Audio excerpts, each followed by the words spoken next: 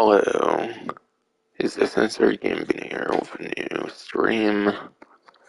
And this stream will be going over the event week for this week in Grand Theft Auto Online. And yeah, starting off the huge vehicle edition this time around is the Benefactor SM722. So that was the first vehicle released. And it's one of a couple legendary motorsport vehicles. I believe there's actually only one more that'll be getting added to legendary motorsport from the leaks and stuff. Not going to say what it is for those that don't want to know. But yeah, there's actually not that many on that website this time around. And another huge bunch of additions here. The two new showrooms actually came out, the Premium Deluxe Showroom and then the Luxury Auto Showroom. So those came in the first week to two of the drip feed.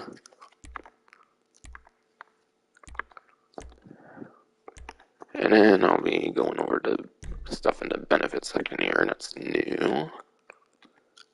And yeah,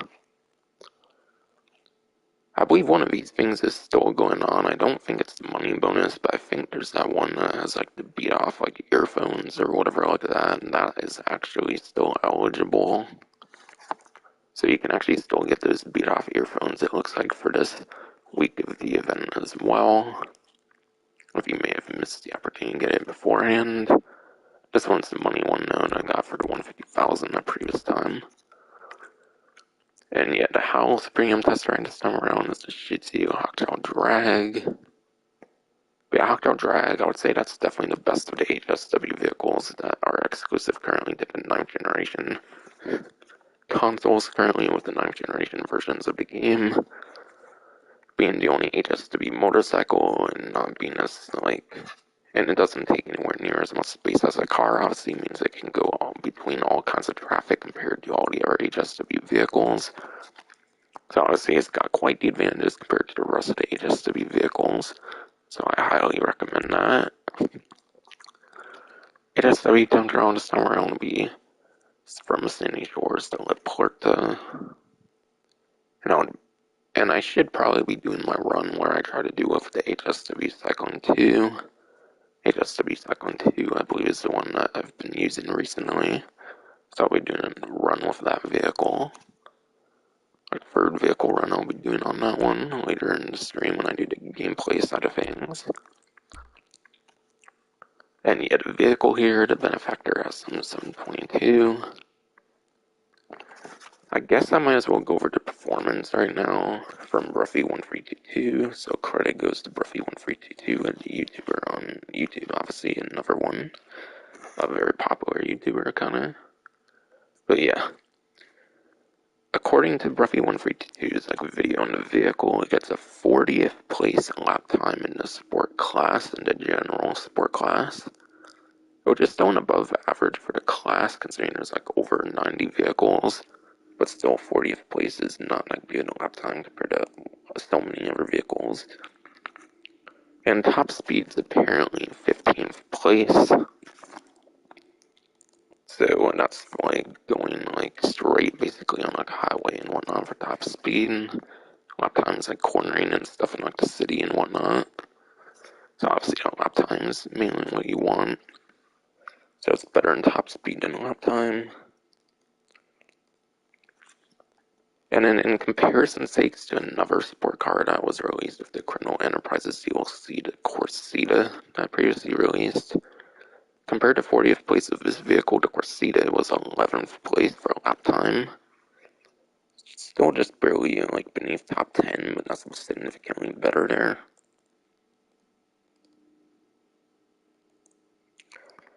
And the Corsita earlier in the Criminal Enterprises DLC even has 5th place top speed compared to 15th top speed that this Benefactor SM722 gets.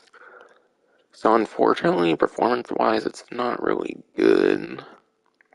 If you want a good sport car from the same Criminal Enterprises update, the Corsita is definitely still the better option. But regardless, I'll still be customizing it and everything. I think I will be customizing every vehicle from this update, because I think I have enough spots for each vehicle edition, I believe.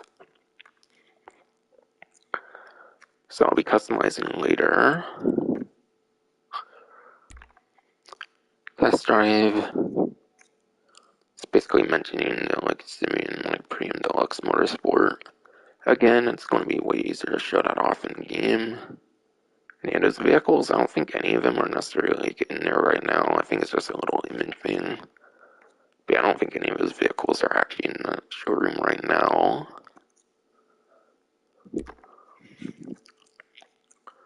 And then the Luxury Auto Showroom, that's the one that's next to the, like, the Record A Studios.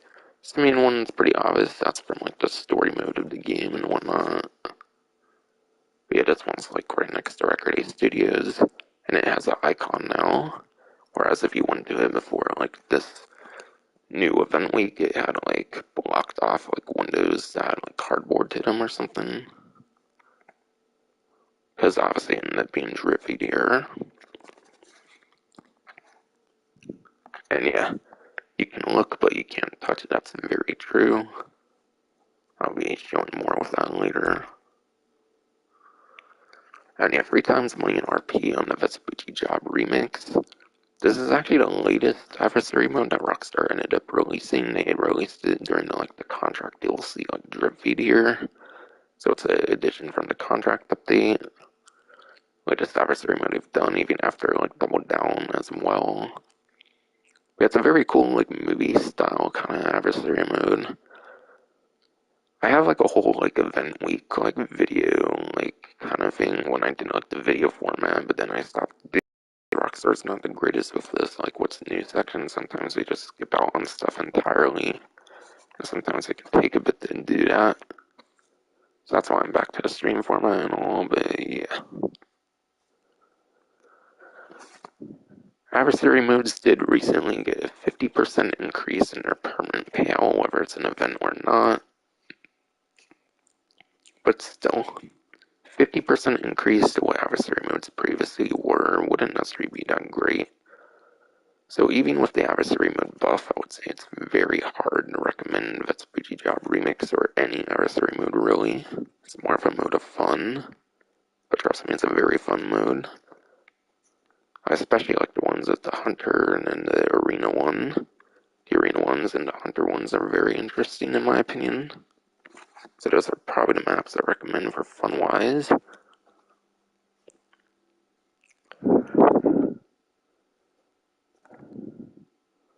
Otherwise, I think the team with the most like people was like the Interceptors, so any map that's pretty good for the Interceptors would be a good like choice money-wise, I assume.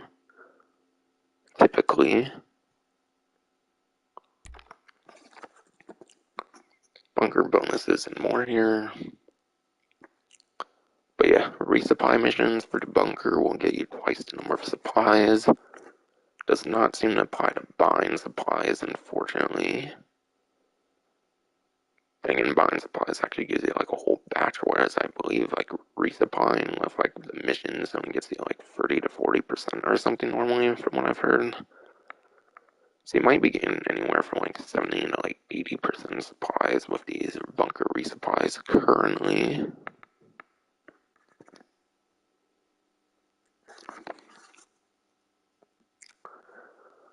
So it definitely could be a bit more worth doing the missions. But still, just buy supplies. It's a passive business. You only spend 75k per thing of supplies, which isn't that bad considering the money you can make. So I still just recommend buying supplies. So it's kind of useless in that sense. But I guess it's good for those who don't like to buy supplies, but it's really not that big of a deal to buy the supplies.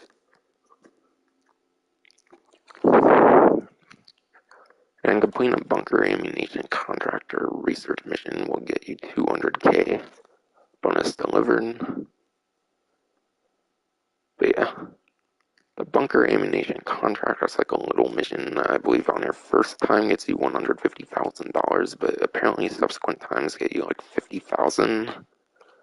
So normally it's not that profitable, but throwing an extra 200 one time like bonus of $200,000 there would definitely make it a a bit more worthwhile as well. I need a research mission. Yeah, that research mission. If you have the research, it could be definitely pretty worth it. That way you can dedicate your supplies to making money. Because grinding the research can be a pain. But quite frankly, still it might just be better to buy the research if you have like 10 to 15 million. I think all of it costs for like all 50 plus like research items from what I've looked up myself and from what I've watched from other content creators and whatnot.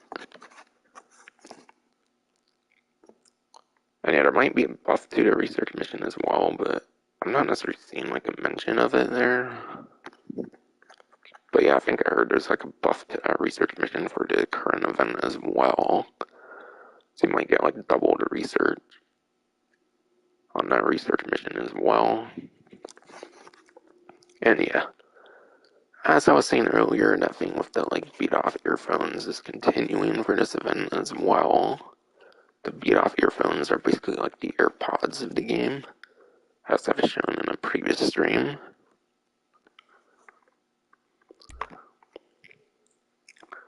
And yes, some discounts here. Not necessarily all the discounts, but I'll at least talk about the ones that are on here. Spoiling Contraband pulling around MLC trailer range of discounts this week. Wait, so is there a discount on the like MLC then? I gotta see, I guess, here on the Newswire where they have all the discounts.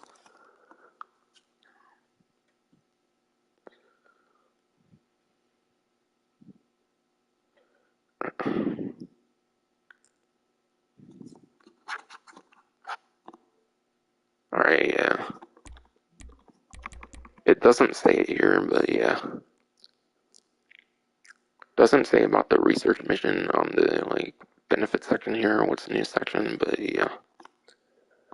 Quoting the Newswire this week, those of their own underground bunker can earn a handsome living by meeting the black market's demand head on.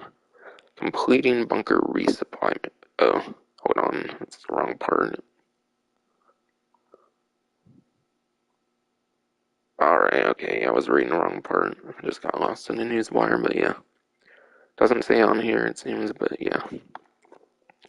Completing a bunker research mission from Agent 14 will also result in the Avon robot and armored target dropping twice the usual research data.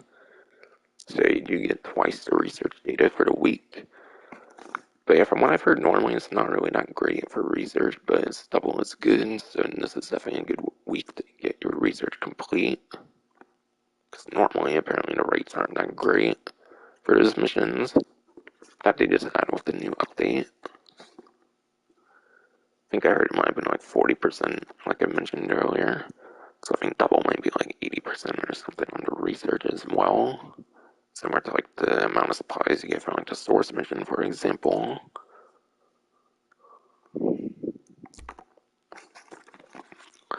And again, I wanted to see if there's like an MOC discount or something.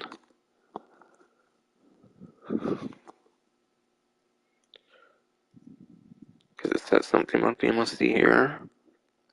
Alright. There is apparently. The Joe Bill Hauler custom is 40% off. Doesn't mention it by name though, so I'll probably go over it later when I go in the game itself.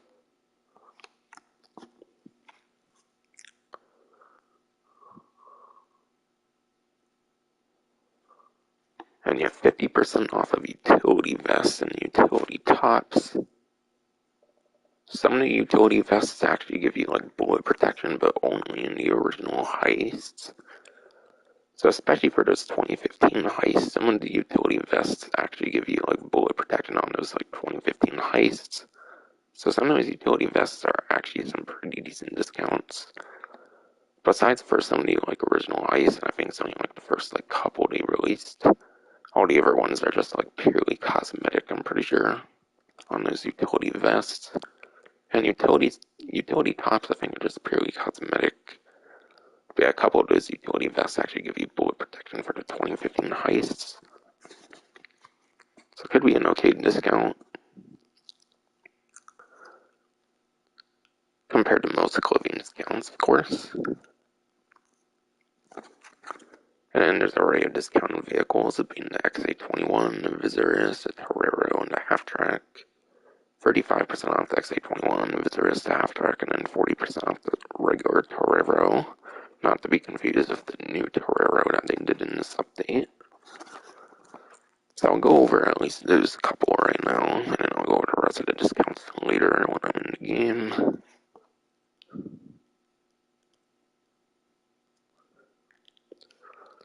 The XA21, I'm pretty sure is a supercar. I'll have to get on the spreadsheet here from Ruffy1322 where I go over the performances. So it might be a moment before we get to it. And yeah, these performances can actually change because of the new, Criminal Enterprises DLC vehicles. So maybe I won't give the numbers, maybe I'll just give, how good they are or something without the numbers. Because the spreadsheet's not up to date with the newest vehicle releases yet.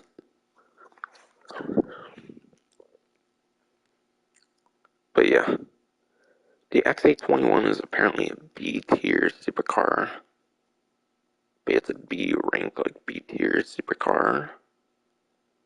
Which actually puts it under, top 10 for lap time. And top speed doesn't seem all that good either. So honestly, the XA21 is probably kind of a pass, I would say.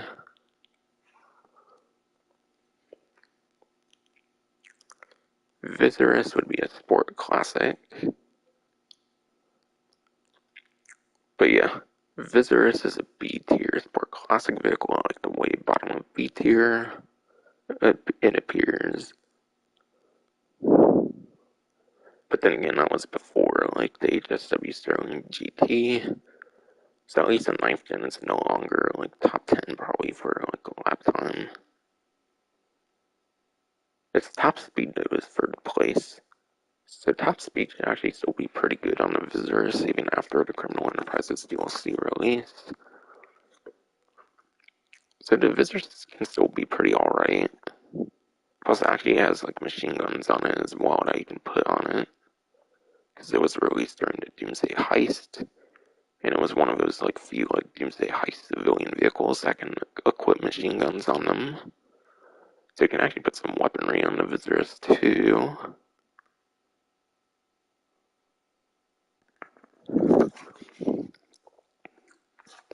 And yeah, Picassi Torero, I think, again, is another sport classic. Alright, yeah, the regular Torero is a sport classic, whereas that new, Exo is super.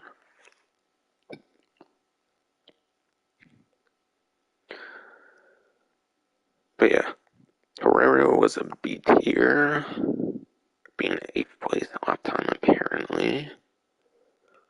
And I don't really think there's that many new, sport classic vehicles in the game. There's not that many new ones. So it could be pretty okay still for lap time at least. And the top speed is actually not all that good now. So Torero might be a little bit on the decline. I wouldn't say it's as good as the Viserys for a Sport Classic this event. But can still be an okay option to get. And then the Bravado Half-Track 35% off. That's a weaponized vehicle from the gun running update, so having weapons on it makes it absolutely worth it.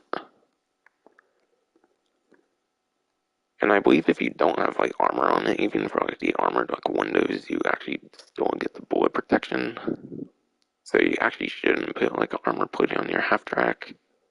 Because apparently the front windshield is bulletproof anyways, even without armor plating. So that's a little bit of advice, more hidden advice for the half-track.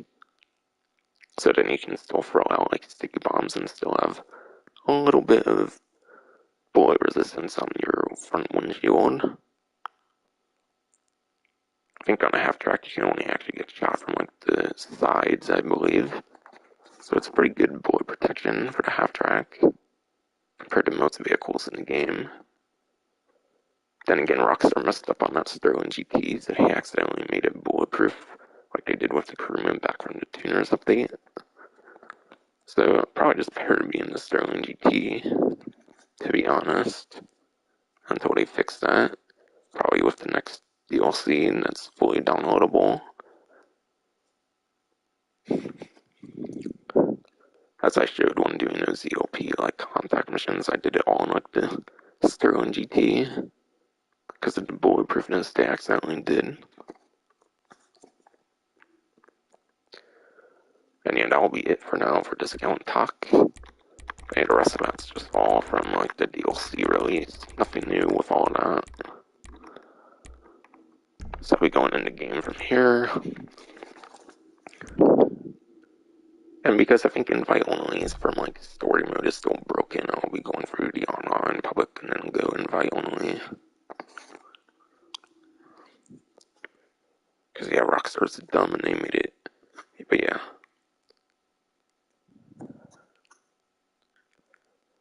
Rockstar's dumb and they accidentally broke invite only for story mode. So I gotta do the long way, going public and then invite only. Which is a pain in the ass. Then it takes a bit longer doing those invite onlys.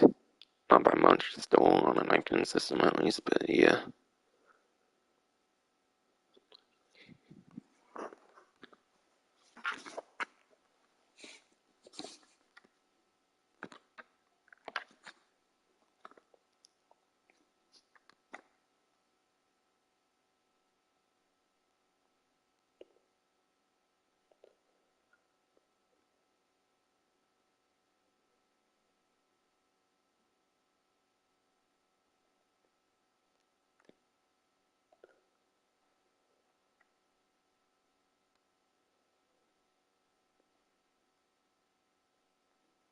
Alright, anytime now with your public lobbies game. Since your invite onlys are broken for story mode, apparently. Not sure about creator, but not gonna chance that.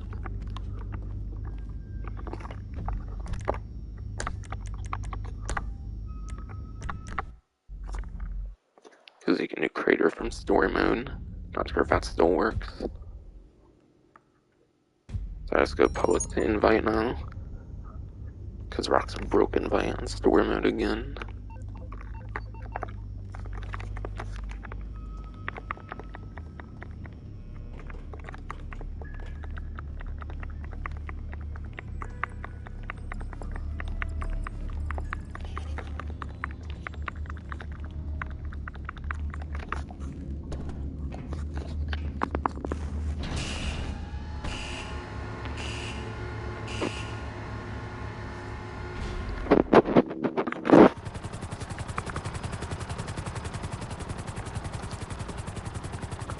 And yeah, now I'll go over like the time trials and the podium vehicle and whatnot.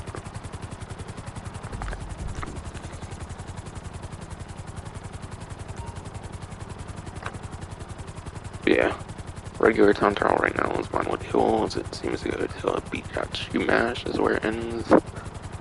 Just in this race, I'm like, it's all not bad, especially with HSW Hot Drag, which I'll probably do later on. And if you're not on 9th gen, then the regular Hot Dragons will be pretty alright, because there's no new motorcycles with the new updates. The motorcycle performance would still be up to date. But yeah. Again, like the regular Hot Drag, like the Western Reaver, like maybe vehicles like the Shotaro, and like maybe the Manchester Scout for like another top speed one similar to the like Western Reaver. So a few bit of motorcycle recommendations there. I don't really recommend anything other than a motorcycle in a time trial, to be honest. So I don't feel it's really worth being like a supercar or something just to not fall off a vehicle. I'd rather be able to go through the tight spaces, through the NPC traffic, to be quite honest.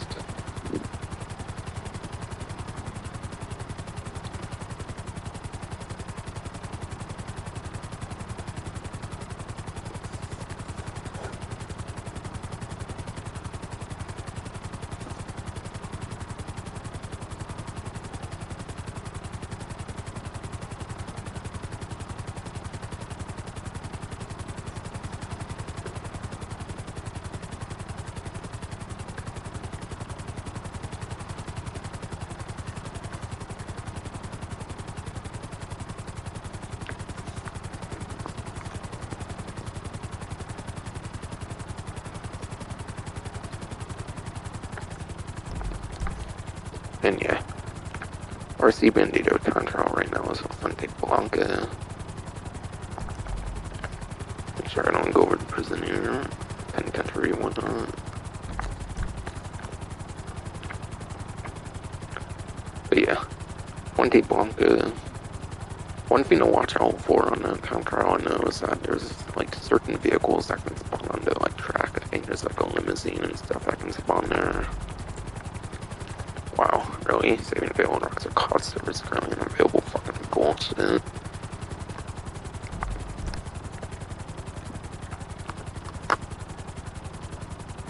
But yeah, again, probably the worst thing to watch out for would be like vehicle spawns. Like I think a limo can spawn there when you're doing like your time trial, especially if it's like during daytime perhaps. Not sure about nighttime. And then obviously there's only one vehicle choice, so the main thing to watch out for is like your cornering and whatnot, and it's not going to be really that easy to describe all that.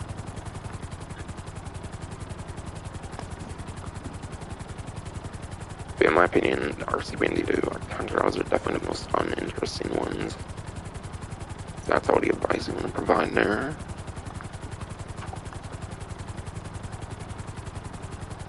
And yeah, HSW time trial. HSW time trials are pretty much the easiest ones. There's not really much of anything necessarily worth explaining with it. But again, HSW hardtail drag would be the best.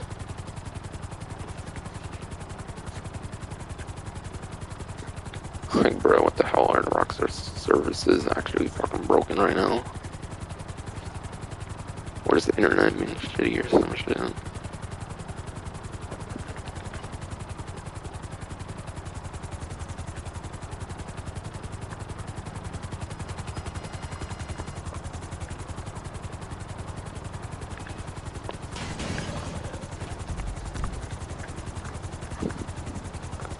And yeah, going over the class for the premium race. It's a supercar class premium race currently. As for the track, I don't exactly know, and I'm not going to be checking it out. They used to show the track, it was like a couple updates ago, but for some reason they took it out. But yeah, I believe for a newer supercar that can be pretty good. The not SM, but yeah, the LM like 87 from the Criminal Enterprise update from like day one of Criminal Enterprise. There's like the LM 87 whatever. I think that's a pretty good new supercar that could be pretty good for the 8th gen at least. Not 9th gen because of HSW. But otherwise it'd be like the Benefactor Krieger,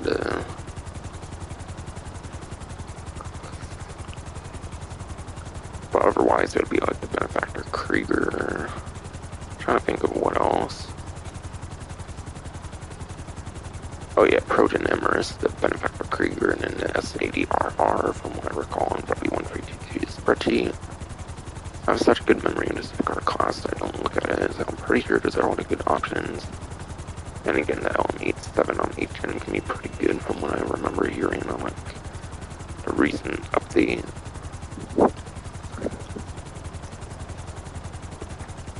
And then for 9th gen,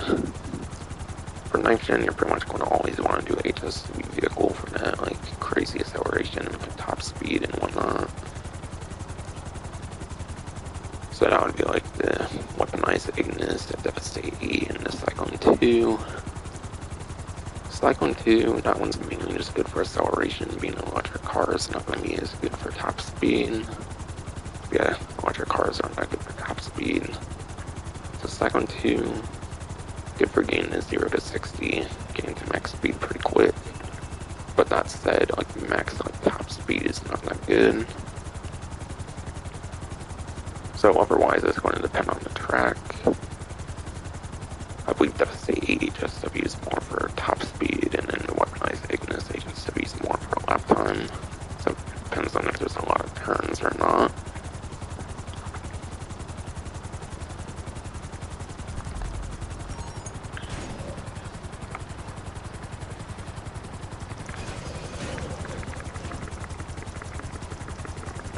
And yeah, this is all still going on, maybe for the entirety of the update for your first time and whatnot. Besides for some limited time, like money boosts to like BFQ work and like contracts and all that. Okay, I don't know if I want to be buying the car if this stupid save and fail is gonna keep staying around. I want to look at the support page for the servers. Everything on Rockstar's and claims to be good.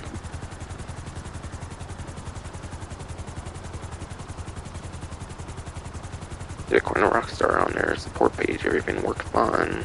So I don't get what the fuck's going on here.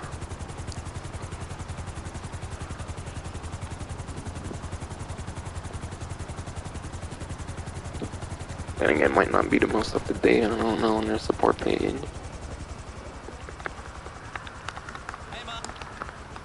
Fuck, I could still, like, do the vehicle customizations and stuff.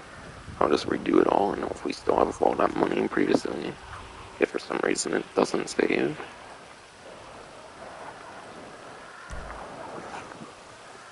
Plus maybe I could try a quick little, like, outfit switch or something. See if that somehow fixes that. It'd just be a random issue or something. Luxury valet and concierge services. Because outfit switching, like, saves the game right away or something. You deserve it.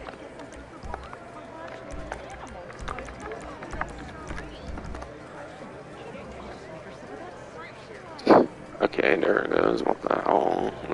I honestly need to fuck about. I just been glitchy there for some reason, I don't know. Yeah, I'll go for podium vehicle here in a bit.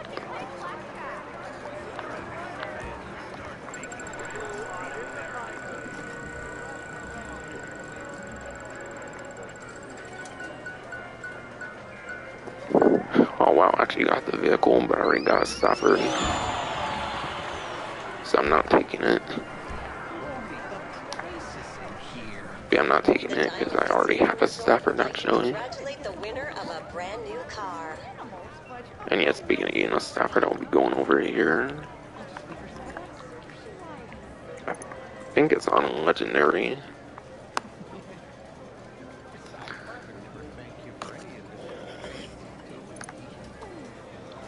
It should be a 2-door, I think, or maybe it's 4-door actually. Okay, it would be from After Hours. Yeah, it must be 4-door then, because it's from After Hours, and I believe it's on the site.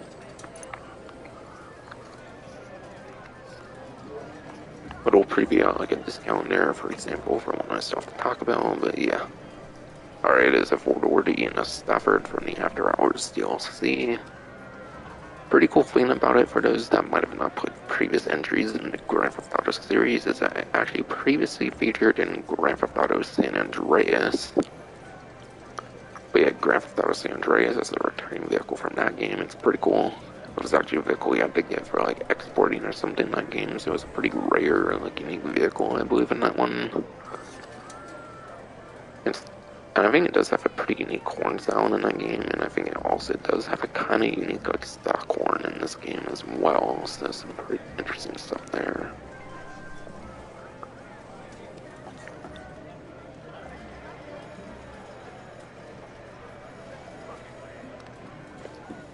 And then I'll have to look at the performance.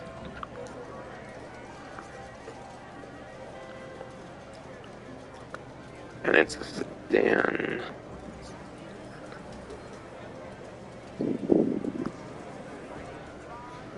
But yeah. The Stafford is an H-tier sedan apparently. So it's not that good. It's actually one of the worst sedans for lap time. And there is one more sedan coming in the update apparently, but if it's as bad as H-tier for lap time, it's obviously going to still be bad anyways. And it was 28th place lap time, and then also 28th top speed. I assume the Reinhardt wouldn't be. Oh yeah, never mind. Whoops. Still the vehicle name there from the leak video, but yeah. I assumed the new sedan would probably perform better than the Stafford. So yeah, performance-wise, it's not worth it. It's just good for like a nostalgic vehicle, and then obviously if you like the customization, or whatever, like personal preference kind of reasons or something. Yeah, pretty cool, like throwback vehicle there. And yeah, you get $1,272,000 in savings if you get it. Doesn't actually seem to have a livery on it. I think it does have liveries, but it doesn't seem to like come with one on this one here.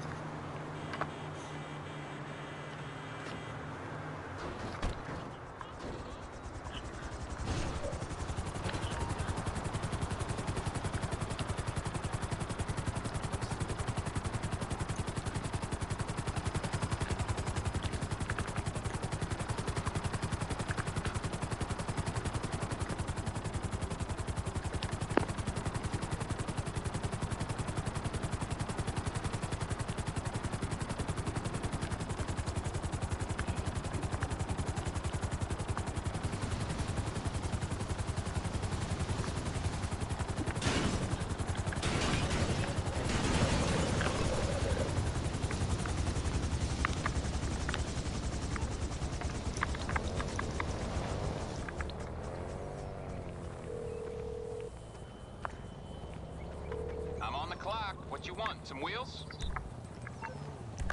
I'll bring it to you.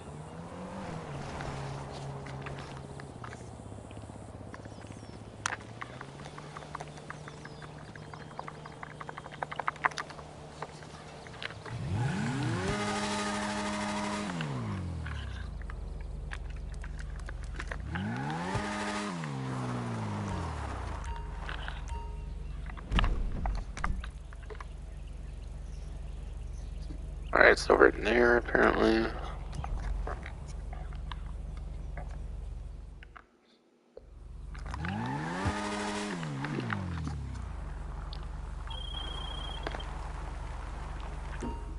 Fucking wrong, I don't care for your stupid compact missions, bro. Come on. Already done them plenty of times and stuff. Okay.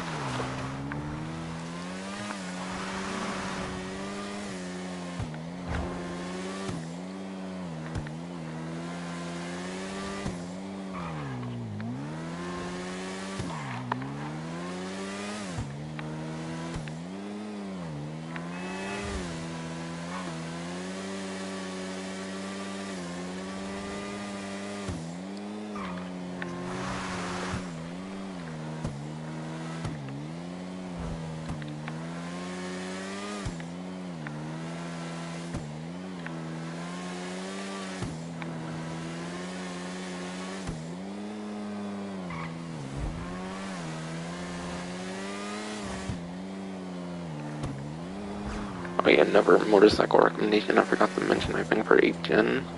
I think the Body 801 is still pretty good on the Body 801. And that one's from like day one of the game, so it's pretty far down in San Andreas.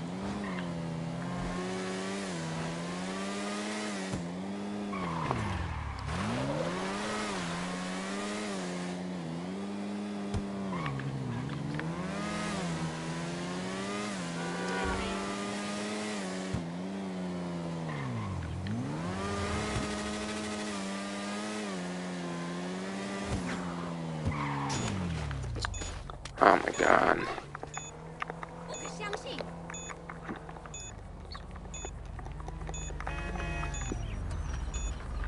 Not expect to hit that there.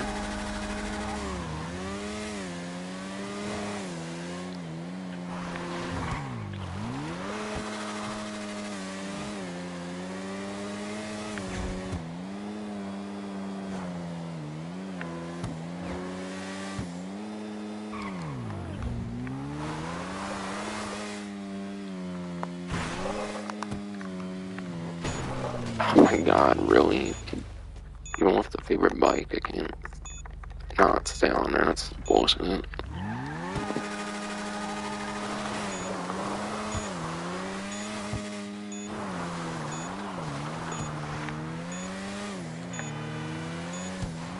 Oh, I did know still. With a couple falling offs with the HSW Hardcore Drag. And yes, it's not that fast on 8th gen. It's the HSW one from 9th gen exclusive, 9th gen exclusive one there. But yeah, I think I'm gonna buy the vehicle right now. And yes, I'm a Legendary Motorsport, as I said earlier. And yeah, Benefactor SM722. That'll be a $2,115,000 investment. So in terms of Kyle Perigo, that's like 2 to 3 Kyle Perigo heists. And yes, obviously I know the Kyle Perigo heist was nerfed, but I still do feel it's kind of going to still be like the best money making opportunity, because it's obviously the only heist you can do solo. And even if you wait for like just 72 hours for like the better chance of like primary target, whatever, it's 2 to like 3 heists for like each like event week. At like least could easily get you that money. Nothing in this game, in my opinion, in this update at least, really breaks the bank too much if you really want to go for everything. And obviously, it's so easy to make money, especially with this update as well, with the new business stuff being able to be done in the invite-only lobbies. Be it old business stuff can now be done in invite-only, so there's practically no excuse to not be able to make enough money, I feel, these days. Since almost everything can be done in invite-only now.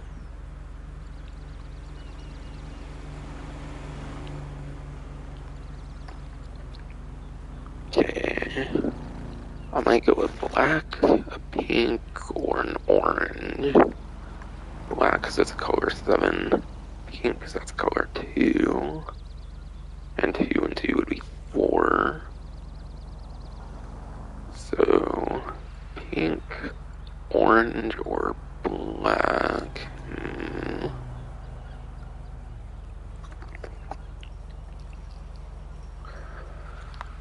I'm thinking either orange or pink, to be honest, because black's kind of boring.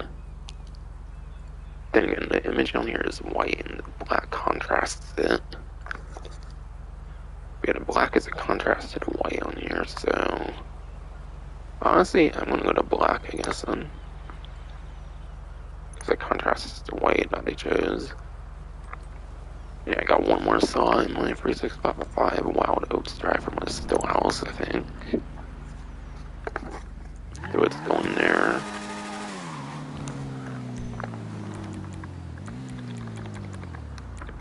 And yeah, those are now on the quick GPS for those new showrooms. Alright, agency got 40,000. Oh yeah, properties. The apartments tend to be pretty early on, that's right.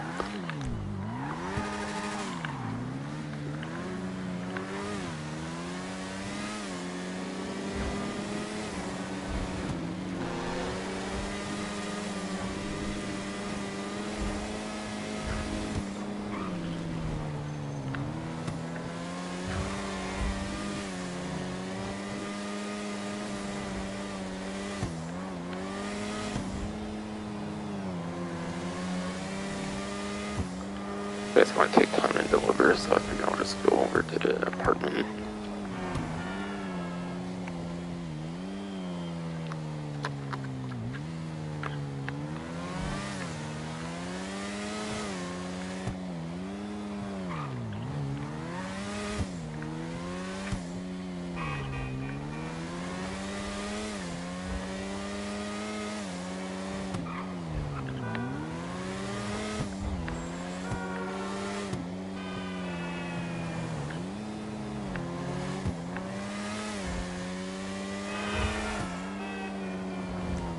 And yeah, obviously the black isn't going to be like my permanent like color.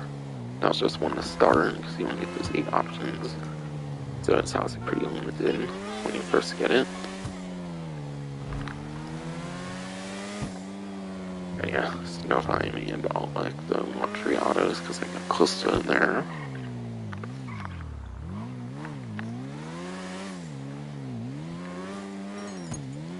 Okay, just got delivered in pretty good time actually.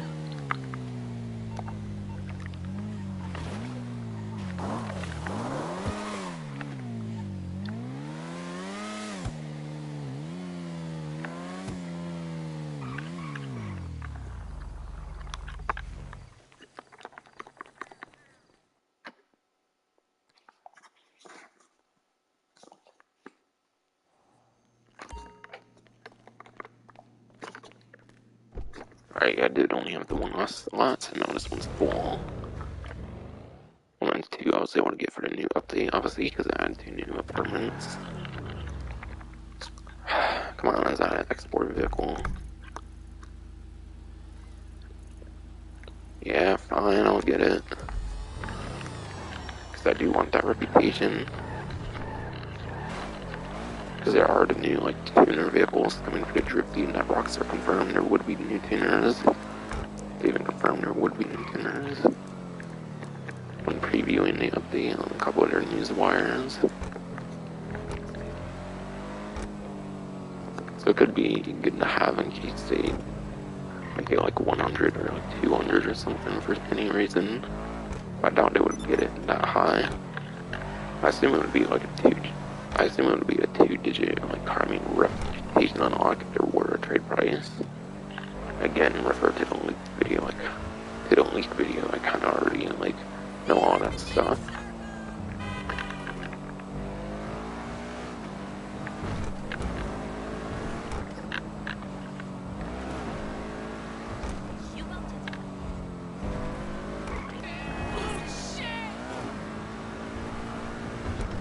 This might actually be a Kyle Perico person that has like the $7,007 on them.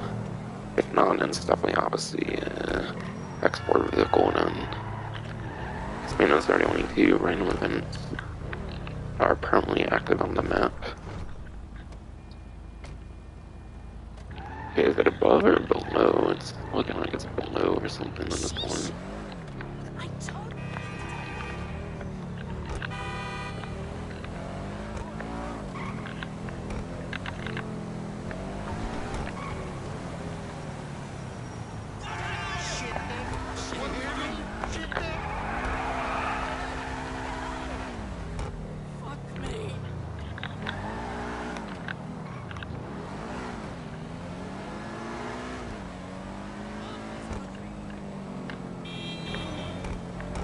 Alright, and this is the parking garage here, so it's my next export vehicle. Nothing going on with it, by the way, with these export vehicles. I'm just doing it because it appeared, and I wanted the reputation for the future. Because I want to get all this different clothing unlocks and whatnot at some point, obviously. So might as well do it. So it might be a little bit more to like customize it then in the case. What player is a Rockstar?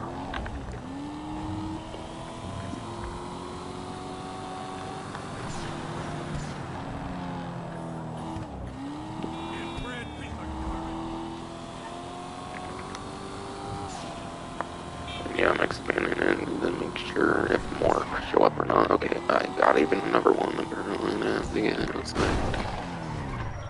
What's that's a Kyle Perico person. It's either a person from Kyle Perico. Actually, I do think this one's a Kyle Perico person here. For $7,007. I believe that's the amount they always have, pretty much. Wait. That didn't just ruin it, did it? If it didn't, I can just get to customize it anyways now.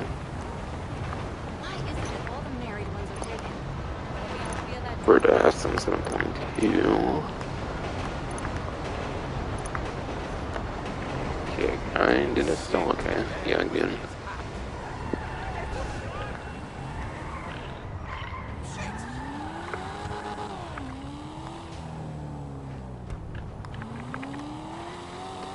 And yeah, so far the vehicle got me to 28 million.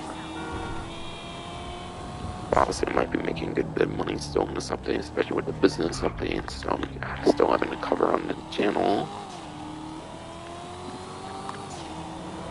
So far, I think I've only done the new missions, aside for like my typical like DLC streams for the first day.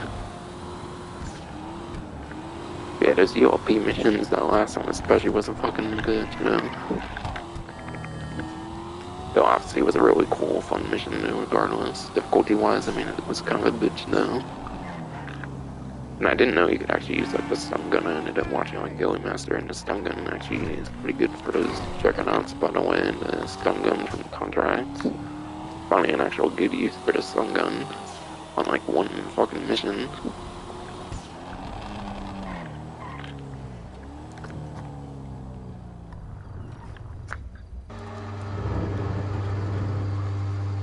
That's the cockpit weapon.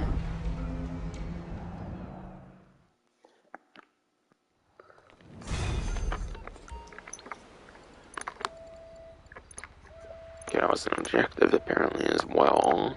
Not that I ever do the free objectives, I don't really care for all that. Like, given the daily streaks that you have to do to even get good money from them anyways.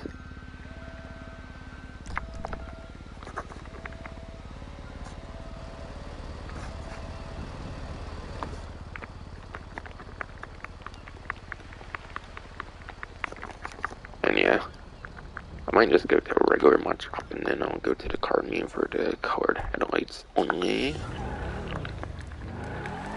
And to go over the test stuff later.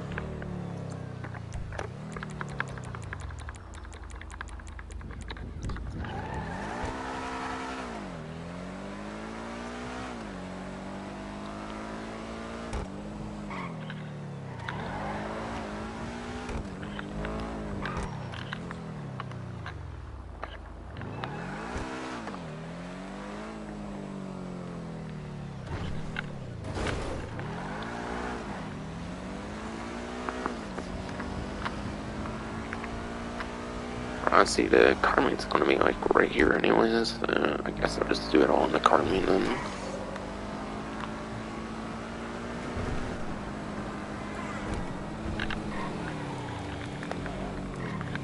Dude, the bright lights are at the bottom, it's cool. Or kinda looks like there's some bright lights at the bottom from what I can tell. Unless that's just like a certain way the vehicle's reflecting light for some reason, I don't know. It seems like it has some pretty interesting bright lights compared to some other vehicles.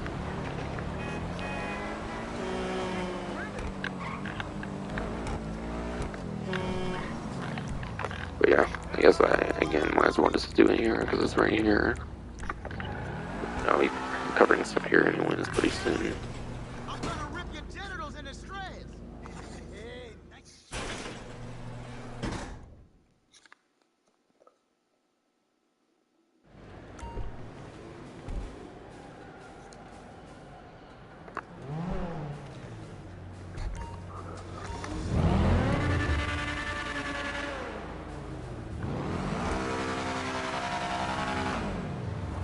Yeah, nice little engine rev there. Don't really know much more to say than that, to be honest.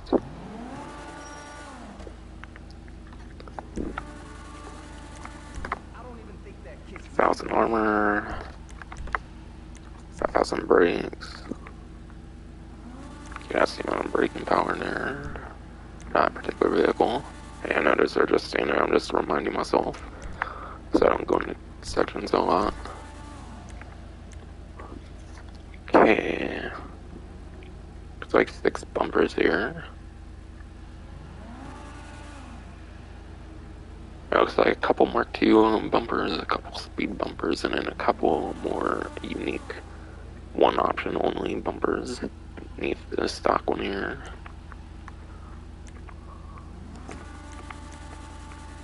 That, and then a carbon one, and then this, and then a carbon one for that too.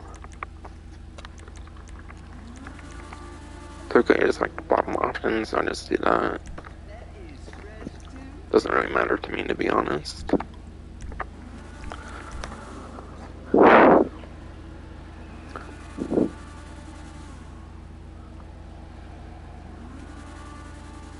Okay, there's a carbon diffuser, there's a street and then carbon of that, a racer carbon of that, and then speed and carbon of that. So most of them have two versions, a regular and a carbon.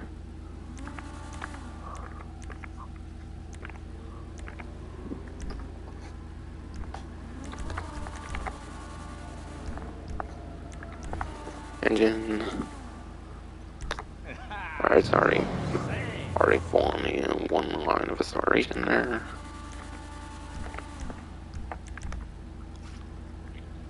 Alright, there's a few other exhaust options minus stock. They all seem to be named pretty unique, so none of them seem to be much of a copy-paste.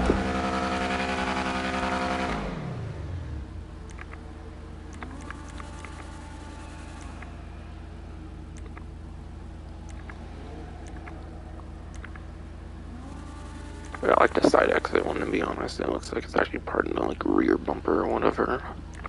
Makes it look pretty cool. Oh, never mind, okay. There's no bumper back there with that one, it's a side one, that's right. Plus on the side, it's pretty cool. My bad, I actually thought that was a bumper. I thought that was actually the exhaust for that thing in the middle there.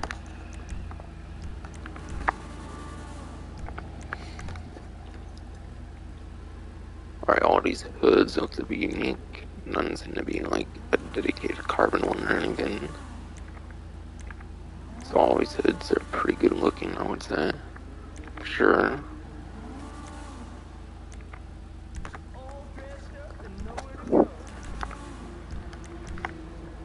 I just got a bulge head again. Don't really care too much about the cosmetics personally much.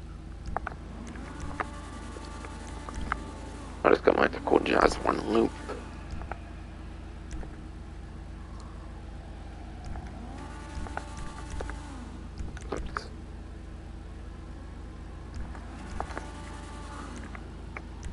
Light.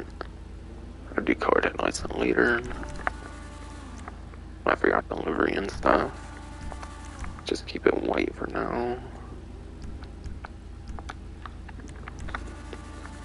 Alright, 10 liveries as per usual, that's the usual amount.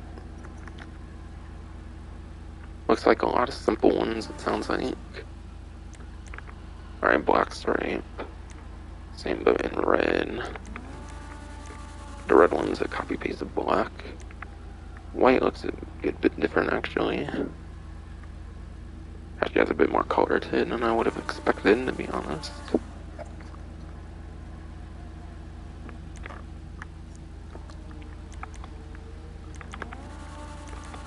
Arrow green. Same with black, and then it was like, I don't know, the stripes might have a bit more yellow to it, I don't know. Might be the same. Oh, the stripes might be a bit more green on that one as well. Still kind of yellow. Right, racer 11. Again, looks pretty simple. Pretty much all these look pretty simple so far. Racer 10, that's some like green and yellow.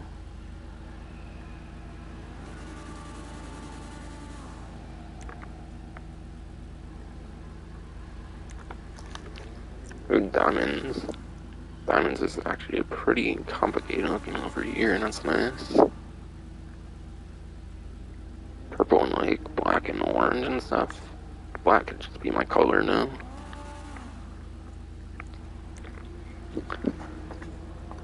Fading bands. A bit more on the complicated side. I feel it doesn't cover as much of the vehicle as diamonds do by a little bit. I feel it's a little more simple than diamonds. Ooh, speed.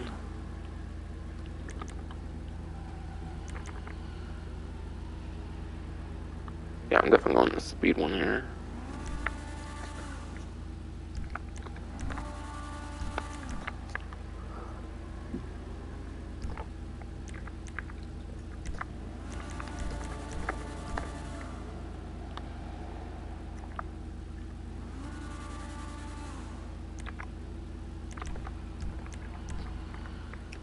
Alright, there's a primary, secondary, trim.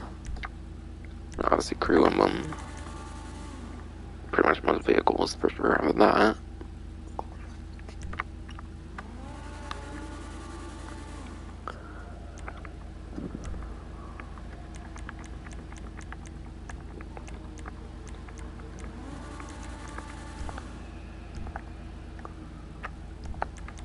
And the livery is called Speed. It mainly seems to have like blue and green to it. That might still be kind of fun going to black for well, at least one of the colors.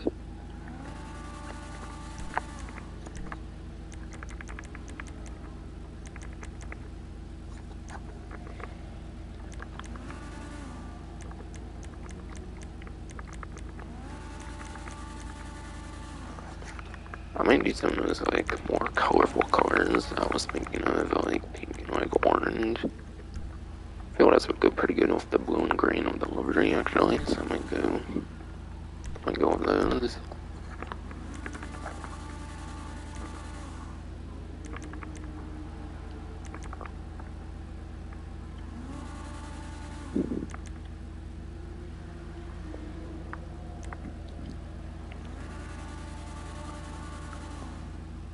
Yeah, I was thinking pink and orange, I'm pretty sure earlier. To go with the 722 in a second, like 7 colors. On like the website.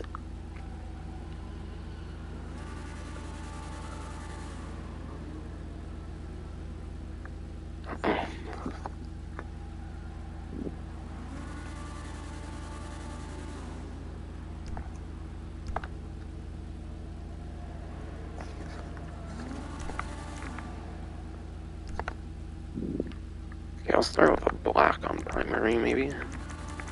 I think about it. Yeah, I might make a pretty wacky theme, but yeah.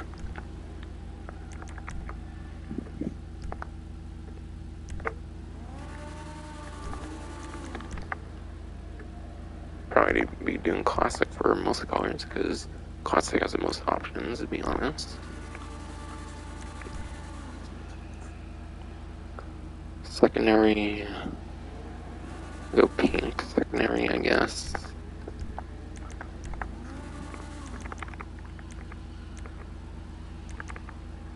I don't see any pink for Chameleon. I don't even think there's really any mappings typically either.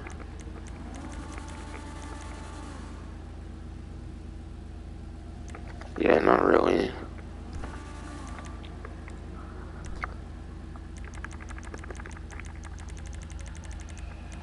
All I know so far is the stitching on the seats.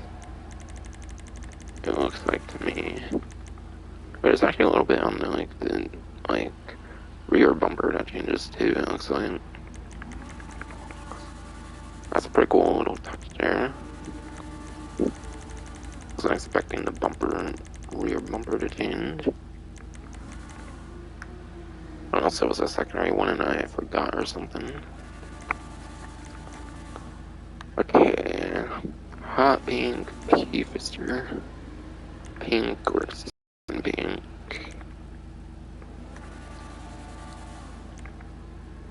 It's not a P-Fister, so I'm not going to P-Fister. So hot pink or salmon pink. Salmon's a fish, and fish tend to be pretty scaly sometimes. Maybe not salmon, but still. I'm a big salmon fan, so I'll go to salmon pink.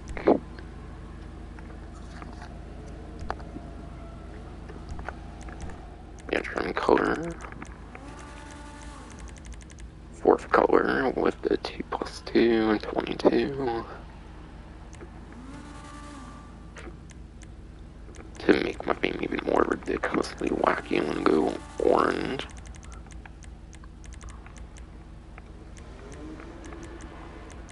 Some sort of orange.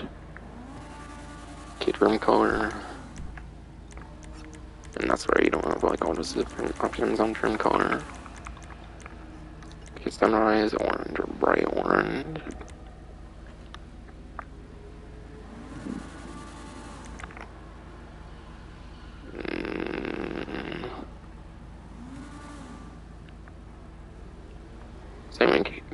lighting's already kind of bright.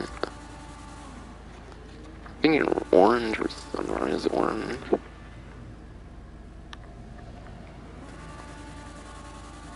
Also, this vehicle doesn't have a roof option, I don't think, or something, so I might just go sunrise orange, because it doesn't have a roof, so the sun gets into the vehicle or something, I don't know.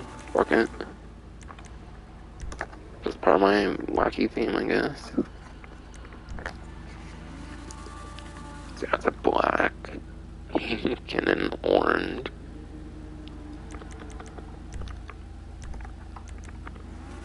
And yeah, I typically do my like headlights and stuff on secondary. I don't really base the lighting and stuff on the inside. I basically base on my secondary. But there's no salmon pink on the lights, so. And I didn't do a hot pink, so I guess I'll go with pony pink then. Pony pink headlights there. And I'll do the same for the neon. I don't feel like doing both pinks, to be honest, on the neon colors.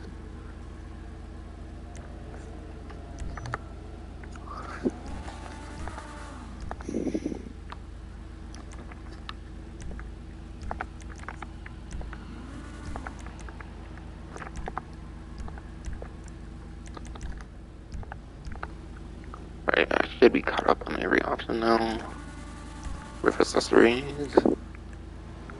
Darker bar. Secondary. And there's force roof and then carbon on that.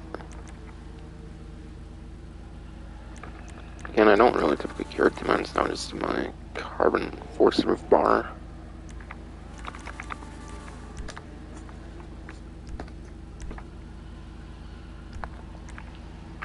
Alright, splitters here. Carbon splitters, I assume, is for stock. Oh, but no, it's carbon on it. It seems to have like a secondary color too, which is nice. Racer, carbon racer, arc, carbon wide, arc mark II, and then carbon. So basically every one has like a carbon option aside for the like normal option. Each one might also have that secondary color in a sense too. So as for this one, I assume I have to secondary for both.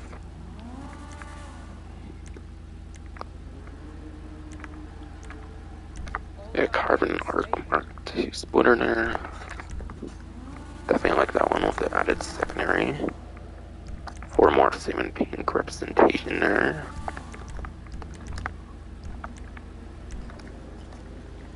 Whoa, there's 12 more skirts. Okay, there's the stock one. Street carbon, razor carbon, arrow, arc. Okay.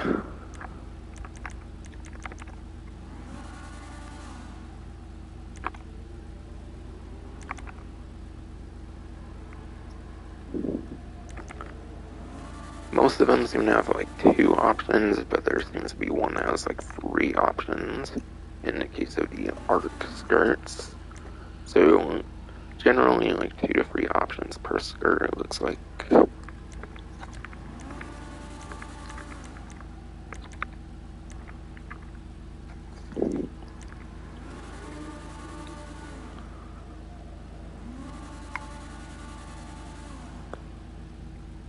Arrow seems to only be the one. So the most unique one, like that's for stock, looks to be the arrow skirt. In terms of not having like a second or third option.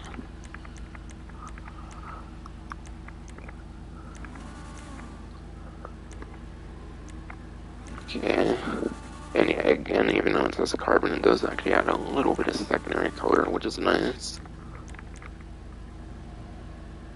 So I'll be doing the carbon performance skirts then.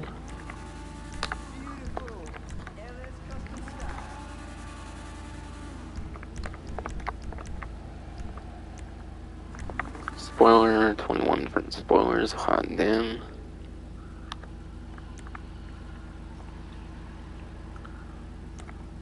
Okay, see like 4 different lip spoilers to start. Like 4 arc spoilers. 4 racer spoilers.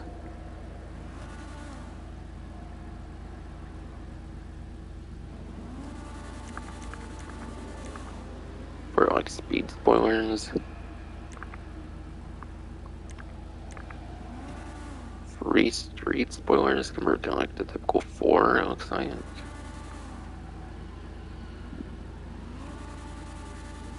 And there's a couple performance spoilers. So there's like one with like 2 and 3 options, but most seem to have 4 options per spoiler.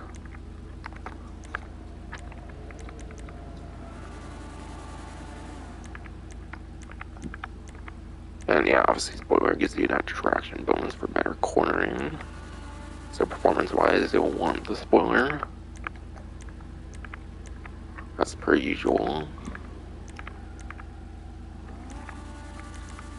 Yeah, I like how high that one goes and whatnot. And yeah, carbon again, even though it says carbon, does add a little bit of secondary, which is nice. So I'm definitely going to the last one there. For more salmon pink representation.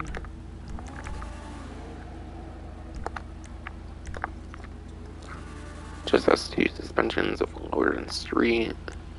Not that many suspension options here compared to other vehicles.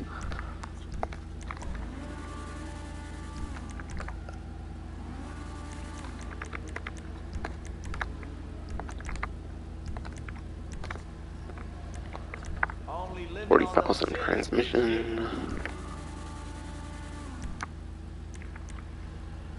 Okay, was that like the utilities? It seemed like that might have been utilities. Not sure if it was a safe fail again.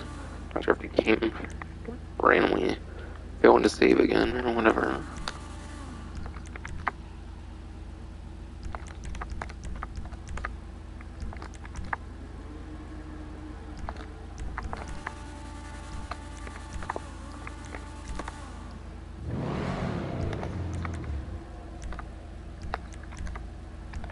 Yes, goddammit, bottom option, bottom option, bottom option.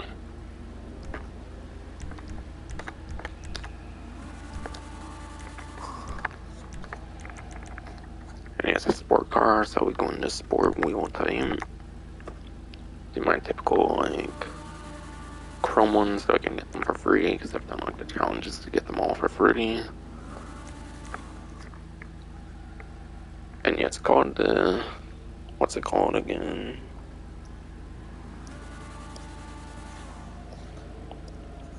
The SM722. So yeah. Has that S right in the name, so I'm just gonna go to split 6. Cause yeah, I just base it off the name of the vehicle, and that's just how I do my wheels for some reason. Cause again, I don't really necessarily care too much for a lot of this cosmetic stuff. I just do whatever kind of...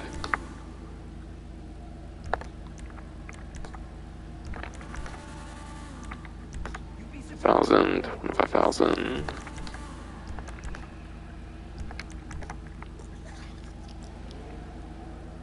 And then again, I do most of my other stuff off of secondary, not trim colors, so I'll be going to pink tire smoke.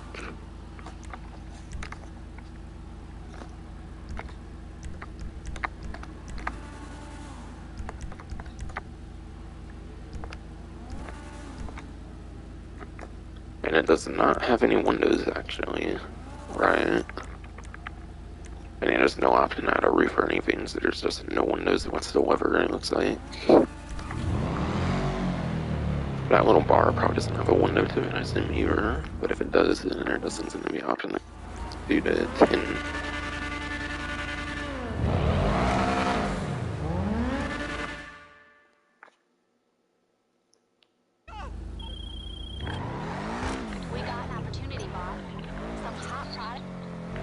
Alright, that's one of those like special items. But I heard like before the Criminal Enterprises update that a lot of this don't actually like happen. A lot of that ends up being fake or something. But I forgot I want to do a test track run in here actually. I'll do a test track run and then I'll be taking it to the streets as well. Plus, I forgot I have to also go over some stuff here still. So I'm not actually ready to get out here just yet.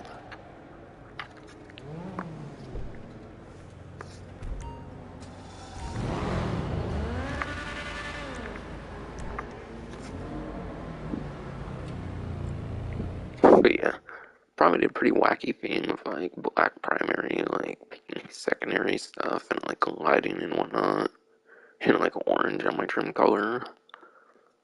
But fuck it, it's GTA. It's like not, it's a video game. It's not streaming to be a like good, like clean, like realistic looking vehicle. So I dig my theme I did here. Honestly, I'm really liking it, to be honest. All that pink and a little bit of orange. I don't know, I like those parts especially, but I don't know. My black primary though, I don't know how good that necessarily was with the rest of it, but again, fuck it, I don't care. I don't care too much for all the like cosmetic stuff too much. I mainly play for all like the crazy weaponized stuff and whatnot, to be honest.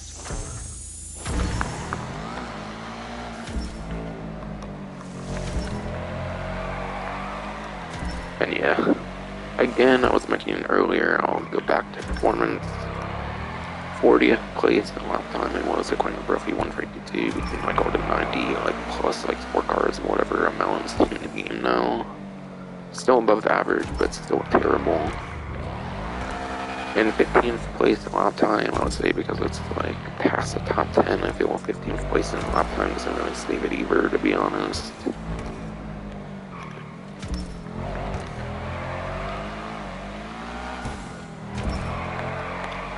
But yeah, you're better off with the Corsita again, like GTA, like subscription service, like vehicle. And yeah, obviously 8th gen you have to pay for the Corsita no matter what, because 8th gen does not have that stupid subscription that Rockstar felt you need to do, apparently. But yeah, the Corsita is a better option apparently when it comes to Criminal Enterprise DLC sport cars. So just go, I would say just go with Corsita if you're only purely looking for performance. If you're just looking for performance, don't even bother with this one performance-wise. And whoops, I exited again. Okay, whoops. Yeah, I got like, it seems I got around a minute on the test track. And yeah, I know it's not the most like, it's not the most like reliable way to test, but I'm not the huge tester. I'm not Bruffy 152. I'm not an expert on all this stuff, so my little test is just going for the test track. Just a nice little like simple test. I'm not really the best at all now, obviously.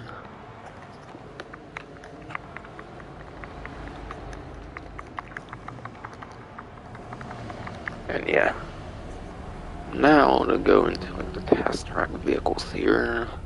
I go off the right, I guess, like I usually do. But yeah, the BF Weevil here. And yeah, I think I'm only going to go over performance if like the vehicle is like actually on discount now. With the showrooms that they add now, I'm only going to go over the performance, I guess, now if it's actually on discount. Otherwise, I would just talk a little bit about the vehicle, maybe. We got a BF Weevil. But if you purchase the vehicles on the test track, they automatically come with the liveries that they already have applied. So like this one and that one have a livery for sure. So if you purchase them here, you have to get the livery with it. But yeah. BF Weevil here may not look up that interesting. It may not look interesting in some cases, but the BF Weevil will be getting a Benny's upgrade actually when it comes to a future drip feed vehicle. Since it is on the like test track, I do want to say the BF Weevil is getting a Benny's upgrade. So there will be a BF Weevil custom. I believe that turns it over to a muscle car from what I've heard. From like customization videos and all that. See, the Weevil, it may not seem that important, but it will be getting a Benny's upgrade actually later in the Criminal Enterprises DLC. So, might be worth picking one up. But yeah, English Dave, I think, actually has like a set of like DJ like request missions or something, and I think some of the DJ request missions actually get you a free BF Weevil. So it might not necessarily be worth purchasing the vehicle here, because I guess you apparently get a free one for some of the DJ request missions from what I've heard. So I might have to do those myself. Might want to consider doing those DJ request missions to get the free BF Weevil. See, apparently it's getting a Benny's upgrade in this DLC. Rapid GT Classic. Again, not sure if it's on discount yet. I should maybe look actually real quick so I know to say more about it or not. Because again, with there being like 2 new showrooms, I don't want to go over like vehicles unless they're on discount for too long per se.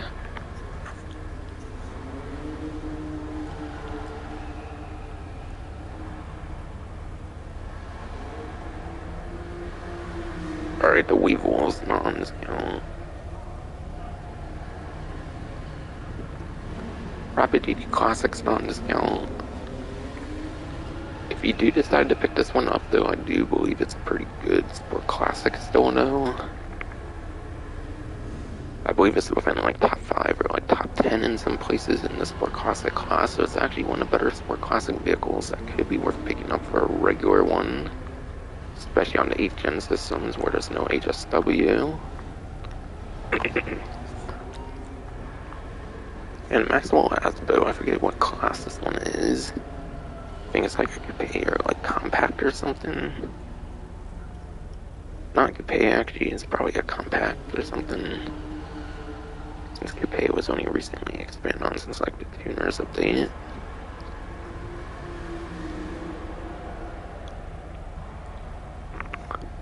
Alright, yeah, the Asbo's a compact vehicle. But it doesn't look to be all that good. But yeah, it's not a very good, like, compact here for the Asbo, so probably avoid this one for sure.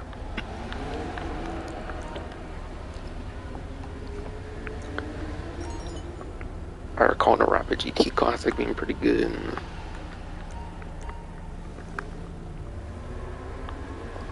And then the BF Weevil I do recommend, but only because it's getting a new like Benny's upgrade if you want like the Benny's upgrade. Otherwise it might not necessarily be worth it.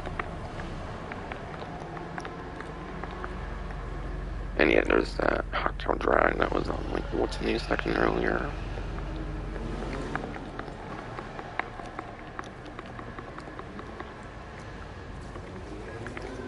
And yeah, prize ride this time around is the Truffaut Adder. Truffaut Adder, I'm pretty sure it's not really that good of a supercar anymore.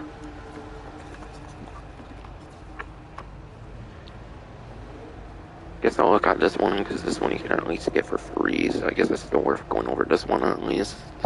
Even if it's not on discount. Obviously you can still earn it like for free. So I'll get the performance here real quick from Ruffy 1322. It's like spreadsheet.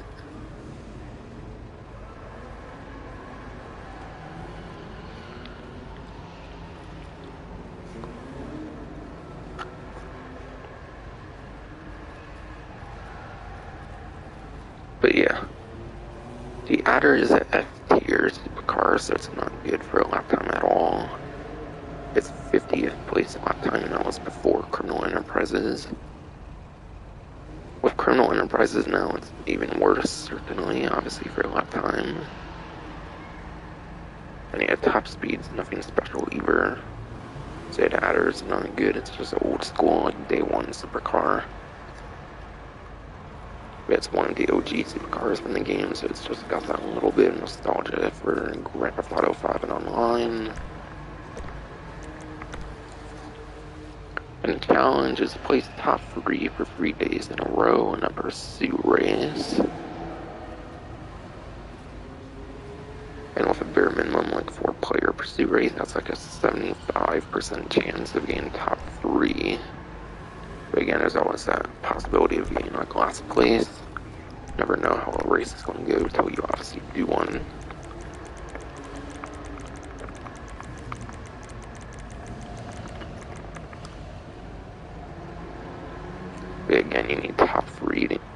again, you need top 3 in these pursuit races. So if a bare minimal 4 players, you're basically going to have like at least a 75% chance of getting within the top 3. Pretty good odds, but given the performance and stuff, and not having like guaranteed success rate on the minimum amount of players, it's not really going to be worth getting it.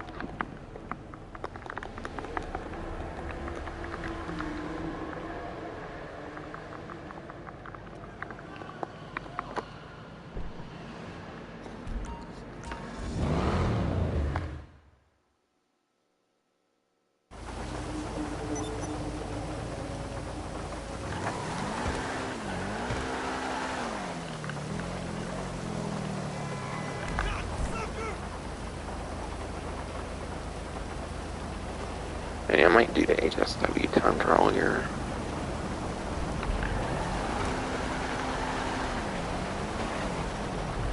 Yeah, I think that's still at the casino or something though, but a time trial. Or actually no, I'll do it after, I guess. So I'm going over to more important stuff later on. Or I'm going over to more important stuff like earlier, I mean.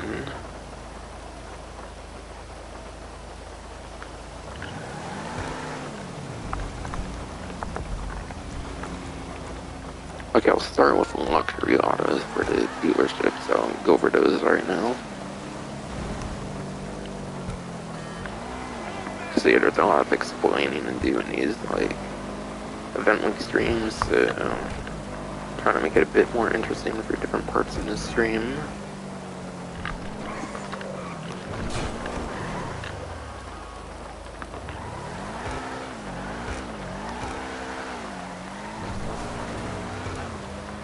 And plus then I can drive us around a bit, instead of having to go into my HSW vehicle I want to use.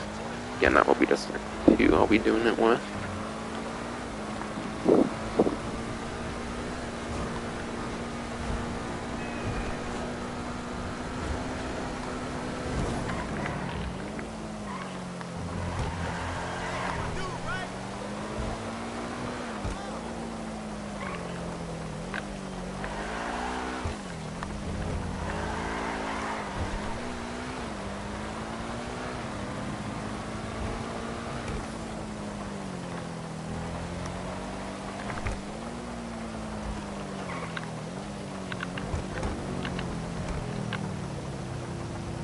But yeah, here's the luxury autos here.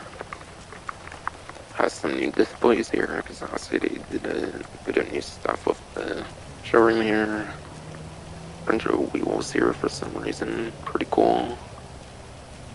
I assume these are some like the in-game like wheels, are just kind of pretty cool to see them on a display like that.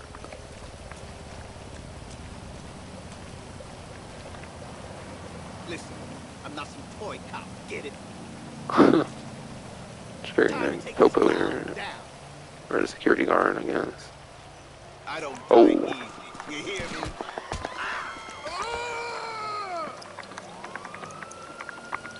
Yeah, I should not have done that. Probably part of like the luxury autos I assume. One of your rides? Let me know. Oh, not the mechanic. Oops.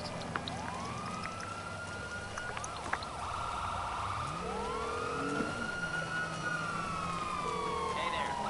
What can I help you with? No problem. I'll get him off your back. Yeah, I'm wondering if it's just a street spawn filter or if it spawns near just autos sometimes. It's probably just regular, to be honest. Fucking sick!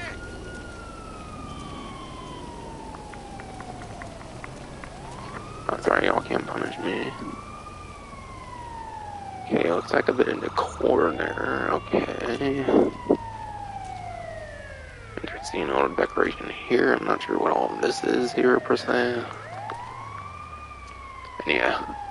I like all the different like logos that you see down there too, and that's pretty cool. I don't know if that existed before, if it did already exist before the remodel, I assume. I don't know, there might have been a bit of vehicle stuff there before, maybe it's a bit more higher texture and stuff on the lettering down there. Yeah, I'm not really sure what this is. Might just be like a bunch of colors that you can do on like cars and whatnot. Oh yeah, I'm seeing like blue, like bright blue and stuff. What's that one? It's like brown looking one. What? Mom's right. Umber, what? Onyx. Yeah, tell me about it. Vermilion. Cerulean. Velvet, aquamarine. Peach. Soft green, soft white, soft yellow, maroon. Crimson.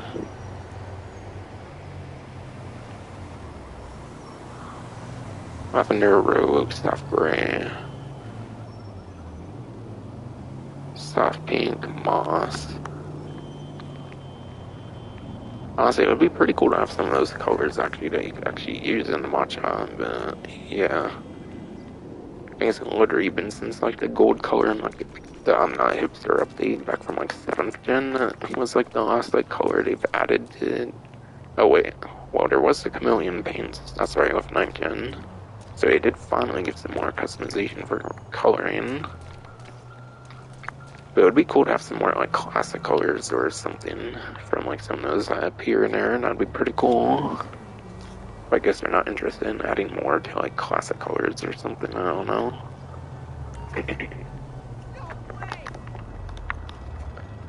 Yeah, definitely some pretty cool displays.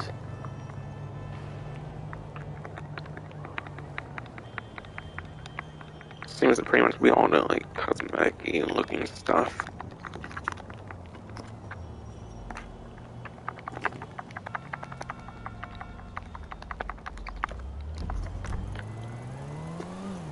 And yeah, this is a little like icon for luxury autos. It's labeled and it's like right. It's labeled and it's like right in front of Record Studios. I really don't need this. But yeah, anyways, here, if you do down like, if you do the expanded radar like with the like test track vehicles and stuff, you can actually see what they are. So that's pretty cool. And aside from that, you can browse. But yeah, there's the Grotti Itali GTO, which was actually originally the Turismo R, but I guess apparently there was a money glitch that involved like the Criminal Enterprise like starter pack. Because for those who don't know, you actually get the Turismo R for free with the Criminal Enterprise starter pack. So something with getting the Criminal Enterprise starter pack with the Turismo R, making it free minus like the delivery and like customizations that were on it and whatnot. Something with that, and then I guess you could like sell the vehicle for some like some profit and whatnot. I guess to patch it out or whatever, they exchanged it for the Itali GTO. So yeah, fun fact, it was Turismo R, but there was like a money glitch involved with it. So they changed it to the Itali GTO.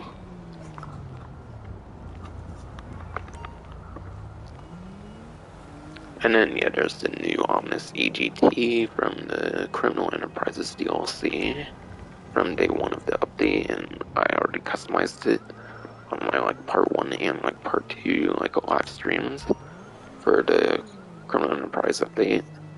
I think that one I customized in my part 2 stream, since I had to do a second one because my stream randomly ended.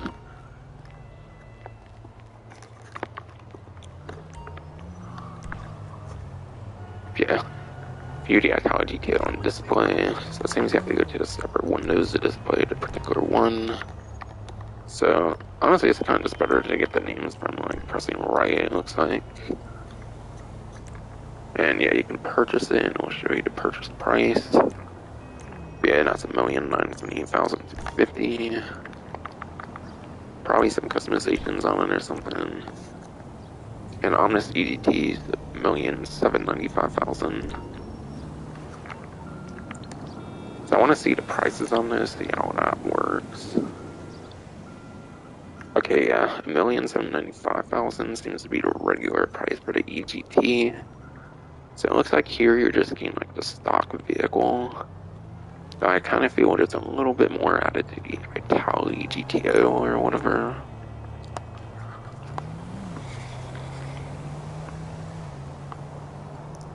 And that one's from like Arena War. 965,000.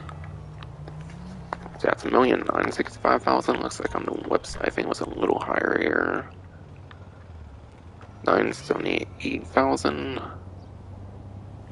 Either there's like a livery on it or like some like a small like cosmetic-y upgrade or something. I don't know. Hard to tell.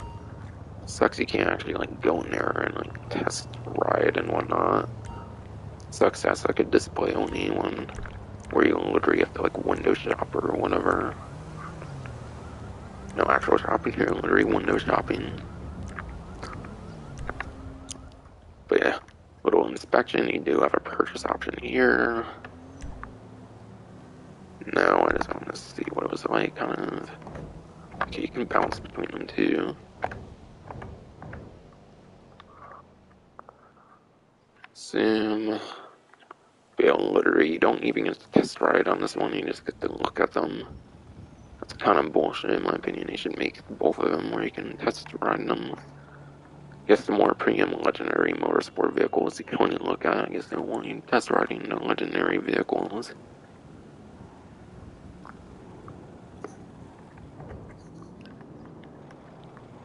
Okay, can't see the text there anymore, but again, it's the Omnis EGT from day one of the Criminal Enterprise update. And yeah, the price was the same, it seems, again, so it doesn't seem to have any sort of upgrade whatsoever, whereas the Italian GTO has something with it at least. And yeah, Italian GTO here seems to be like black and orange this time around. Kind of looks like a Halloween vehicle right now, to be completely honest, which is kind of weird for an August vehicle to went like black and like orange here. Again, it could be just because obviously you can still do black and orange. It doesn't have to be Halloween time or nothing. But yeah, the Italian GTO I believe is still a pretty good sport car. If you want to get this one, it's actually pretty good for a sport car. And then the Omnis EGT actually has a modding tech on it. But yeah, it actually has a modding tech on it, which means you can put like armor on it and like the missile lock on jammer, so you don't get locked on by like homing missiles, and then you have that like remote control unit. And being an electric car, I do feel the remote control unit's pretty interesting on this one, because it's an electric car, so it's going to be difficult to hear, obviously, so it's a pretty stealthy, like, remote control vehicle with the electric capabilities of being pretty silent and whatnot. So honestly, in some sense, I do recommend both of these vehicles. I know this one's definitely not on discount. This one obviously isn't either, because it's 1.9 mil like it normally is. So they're not on discount, but I do think they're both still pretty alright. Especially the EGT, it's a money tech for those exclusive agency upgrades. And yeah, GTO should still be a pretty solid sport car. But again, I don't want to spend too much time on the vehicles that are on discount, since they're adding like more and more vehicles to check out in like physical locations and whatnot. Okay, might have just been reflection earlier. Ooh, those like little bars are actually the bright lights. That's pretty cool. On the SM722. And I'll go Premium Deluxe and Motorsport next, which is definitely a lot more interesting.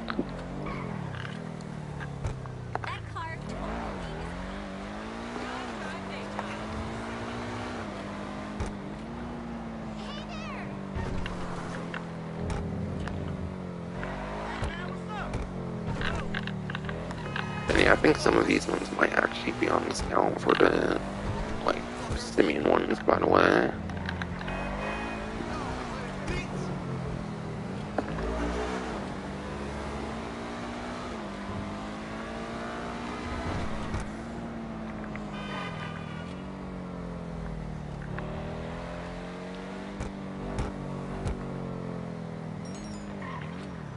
And yeah, he used to get text like every time you went here, like about like missions, whatever. But his mission marker is no longer outside; it's in his office or whatever, I believe. Yeah, my friend insists to come to Premium Deluxe Motorsport, test drive the very best cars I have for sale. Yes, for free. But yeah, you can test drive vehicles for free, which is nice as hell compared to the other area. I give you keys, you give yourself good time, also have repo work interested.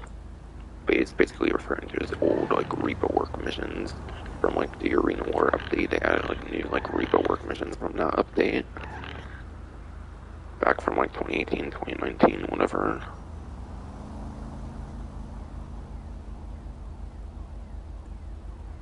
Interested, of course you are. Come to the dealership and we'll talk.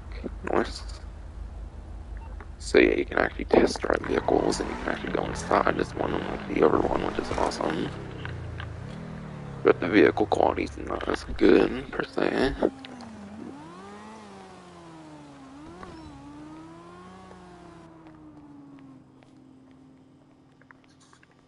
How you doing, Oos?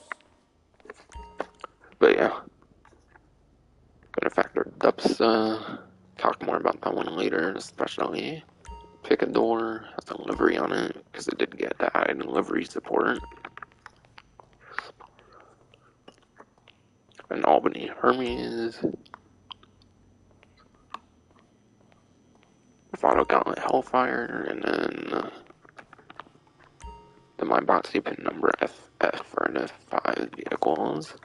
This time around, I assume it'll always kind of be 5 as well. And yeah, they're laid out differently than story mode. I think story mode it had like 5 vehicles like in a straight line kind of in a dealership, and one of those like story mode missions. But honestly, I kind of like this layout a bit more because they're more like spread out and whatnot.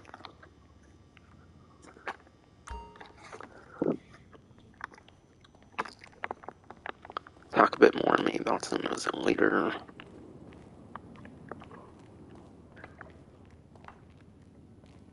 Yeah, there's some actual like life in the Premium Deluxe Motorsport, which is pretty cool.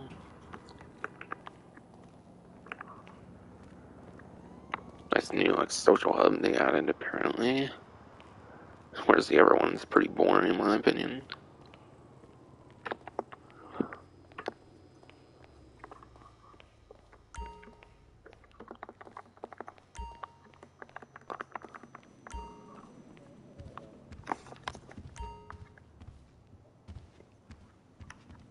Okay, you have a thing where you can browse the internet apparently. Oh, actually goes around Stafford, it's cool. So you can actually go on Stafford and purchase vehicles. Hopefully that doesn't mean only 7 sanctuaries would be pulled for on like the vehicles. Hopefully you can take from like Benny's and stuff as well.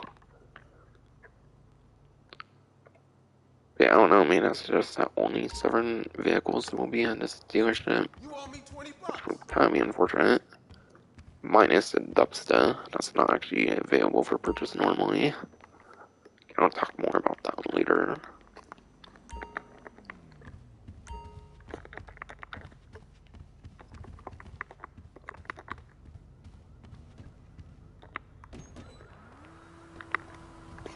And yeah, all with no loading screens too, which is nice. Because obviously when you go into like your office and stuff, you have that little like transition scene where you have to enter your office and stuff. Oh, yeah. I did hear you can actually get snacks here. This might be the most convenient way to get snacks now, to be honest.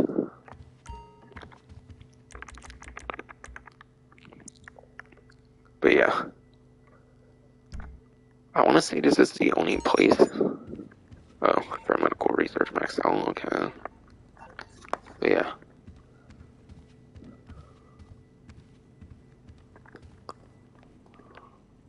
Okay, Voltic advertisement, pretty cool. It's a funny experience in Legendary Motorsport. Everything here is stubborn, at least this time around. A Bay Lake. Bay Lake manufacturer advertisements a couple here. Benefactor.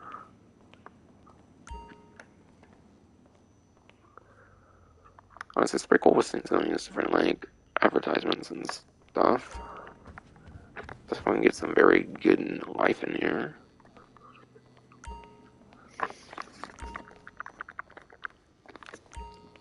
PDM, which is your, like, gas logo and whatnot.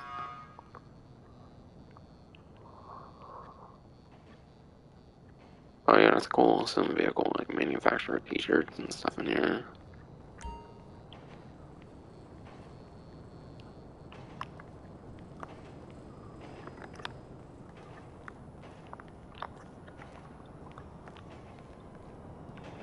I feel the stuff back here is not really new much. I feel this all existed back in 2014 with, like, the cosmetics and stuff, minus the, like, people inside. That's how I see new.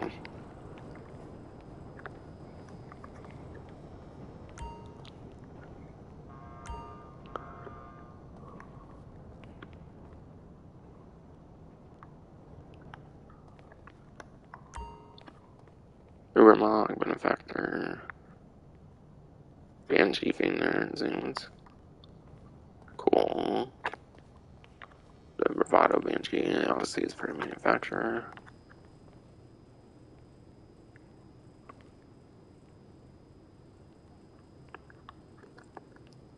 I don't know if these existed before in 2014, to be honest. I'm not sure. Maybe, maybe not.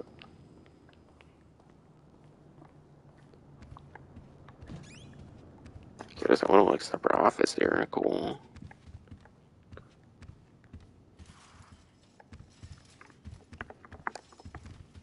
Don't know if you can go on the computer. Can't see it close enough. I assume not. They don't like the other one.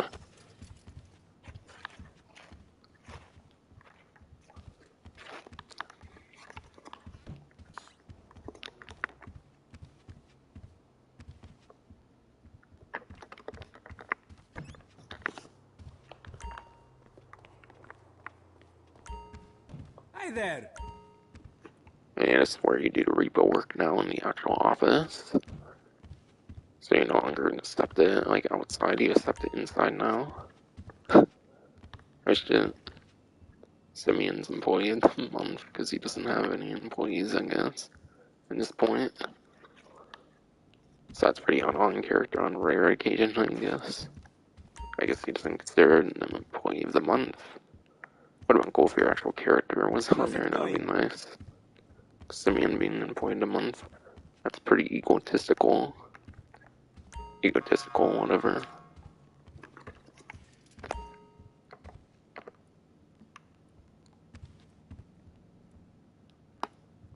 Look where you're going.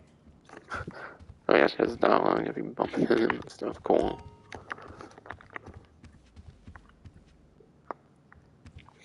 Yeah, that's pretty sad. Simeon's actually an employee of the month himself. Because I guess he doesn't actually have employees anymore these days.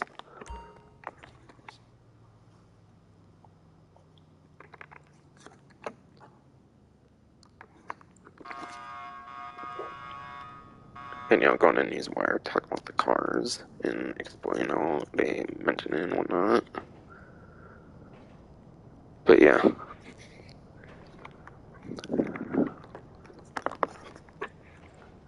Starting off, a classic black benefactor Dubsta with unique trim previously unavailable in GTA Online. But yeah, it's a black Dubsta and apparently has like unique trim that was not previously available in the game. Unless maybe you glitched for it, maybe that might be a little exception. But yeah, as you see, there's no website on there, so it's never been available for purchase before. So you might want to purchase this for this event because it's actually a pretty rare vehicle, and if you like rare vehicles, then maybe it's worth adding to your collection. Obviously, the rarity is not as good now as it's available here. But yeah, honestly, that's pretty cool putting like pretty rare vehicles in the showroom.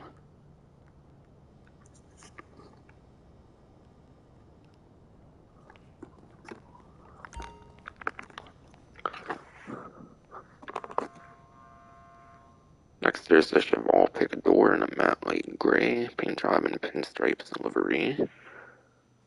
But yeah, For those that don't know, with the release of Criminal Enterprises, they did add new liveries over to the Cheval Picador. So yeah, the Cheval Picador now has a livery support as of this update, from day one of the update.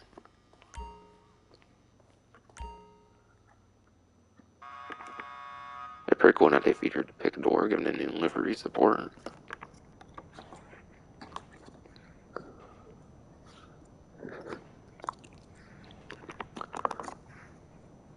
Next, there's Albany Hermes, which is actually discounted 40% off this week in classic blue with matching blue flame liveries. Or not liveries, but livery. And yeah, this was the DLC vehicle back in the Doomsday Heist update. It's also a very nostalgic vehicle from like Grand Theft Auto Vice City. Grand Theft Auto Vice City in the free universe. A Grand Theft Auto game from like the 3D universe back in the early 2000s featured the Albany Hermes. I think it was the first appearance of it. And yeah, I think you can actually make the Cuban Hermes from like Vice City, but they didn't do that, unfortunately. Didn't do like a Cuban Hermes with like the black and like the red flames. Would have been cool to have black and red flames to make the Cuban Hermes, but the blue flame and the like blue is pretty cool as well, to be honest. But yeah, I would have liked to see enough throwback on the red flames and the black. Next, Bravado Gauntlet Hellfire, which is painted in pearlescent, garnet red, and then wrapped in the Too Much Free Time livery. Pretty cool looking here.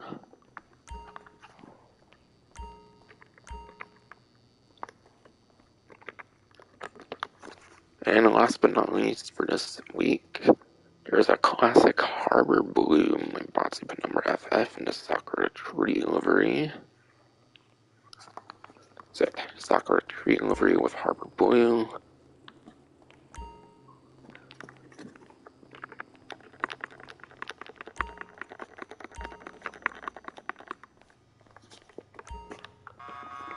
Yeah, I'll inspect the vehicle now.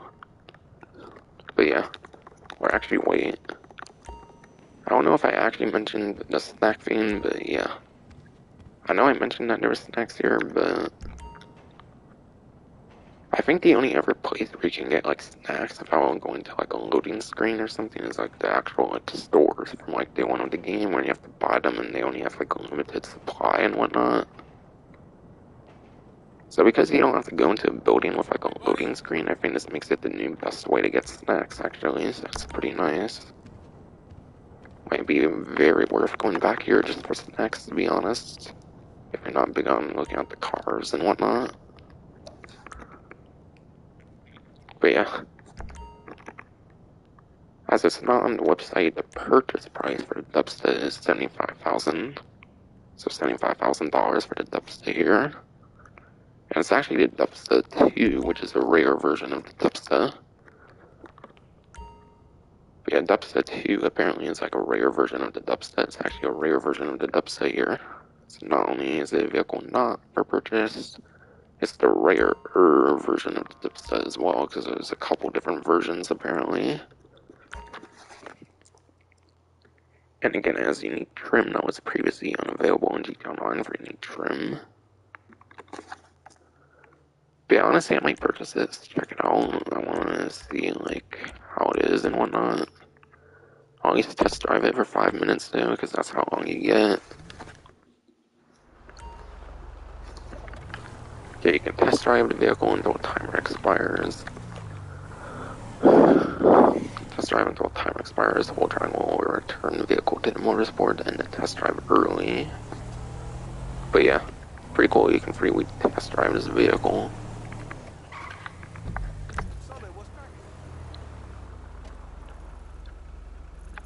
You might even be able to do like time trials with the different vehicles as well, which would be pretty interesting. But yeah, the time trial like indicators don't like go away. But maybe there's like a message saying you can't like do the time trial with a like vehicle from like the dealership or something. I don't know. Even though the icons are there, you might not be able to do anything with it on a time trial now.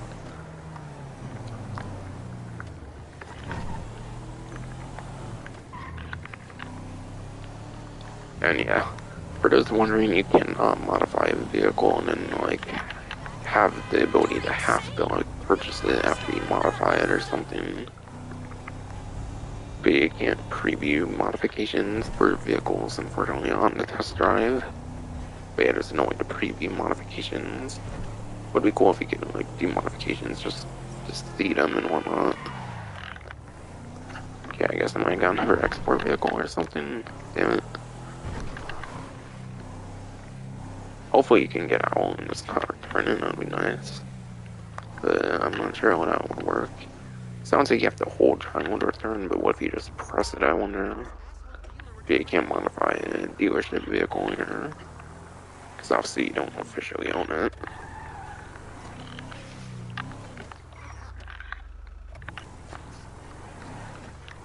Nothing unique with the license plates. Honestly, it would have been pretty cool if they actually did pretty unique like license plates on there as well, without having to go through the iFruit app to like do unique license plates.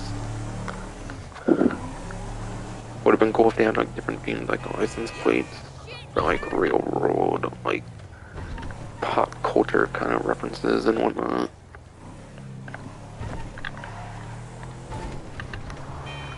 But yeah, this should have been exactly how luxury auto should have been. At least I feel at least luxury auto should have an interior that you go in as well, and then also obviously the ability to test drive vehicles. Oh yeah, it's an export vehicle on the Tropos Rally apparently. Okay, I don't know why I'm trying to go into animation there. Okay, no, you can't just regularly get out the vehicle. And yeah.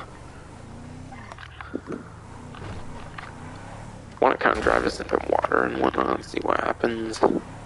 Just to show it for fun's sakes. Oh, you can shoot out of it. Well.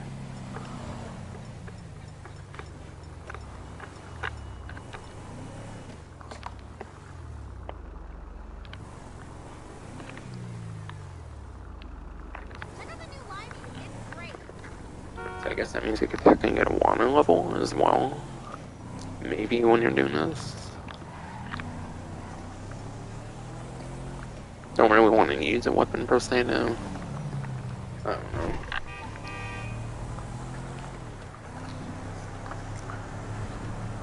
I want to see if there's some cool, like, fun, like, Easter eggs or something. Maybe there's some, like, unique text you can get with Sivian if you, like, destroy the vehicle and stuff. That would be pretty fun to see.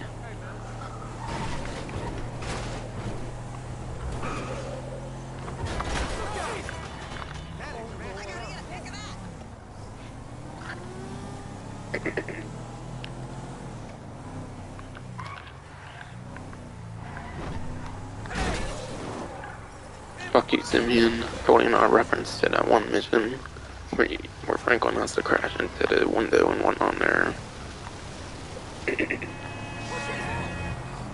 That totally was not a reference to what I literally explained there, but yeah. Totally not a reference. And yeah, obviously you can't take them over to property and whatnot. Oh, is there a gas station here or something I want to see? I thought there might be nearby. Oh yeah. Few little time though to do that, but yeah. Because I kinda want to see what happens if you're out of time anyways. Okay, it makes you get out. Wow, it doesn't put you back to the dealership either. Okay, now it's actually better that way. That way you don't have to like go to wherever you want to go and whatnot.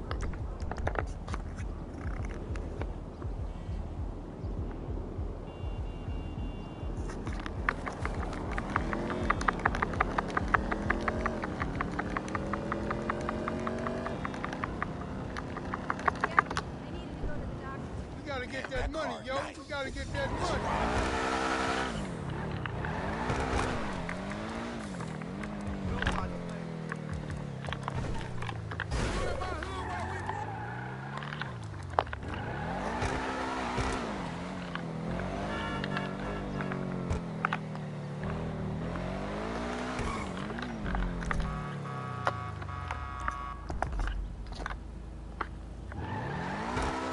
hit over 2 hours apparently on the stream, but whatever.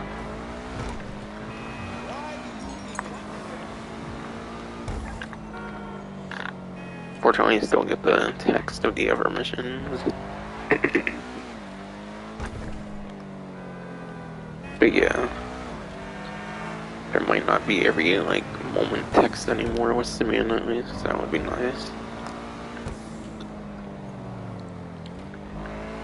But those text advertising missions are kind of like pointless and a bit annoying, to be honest. People, they really don't need to shove those missions in your face with those texts and stuff. But yeah, apparently that's no longer a thing with Simeon.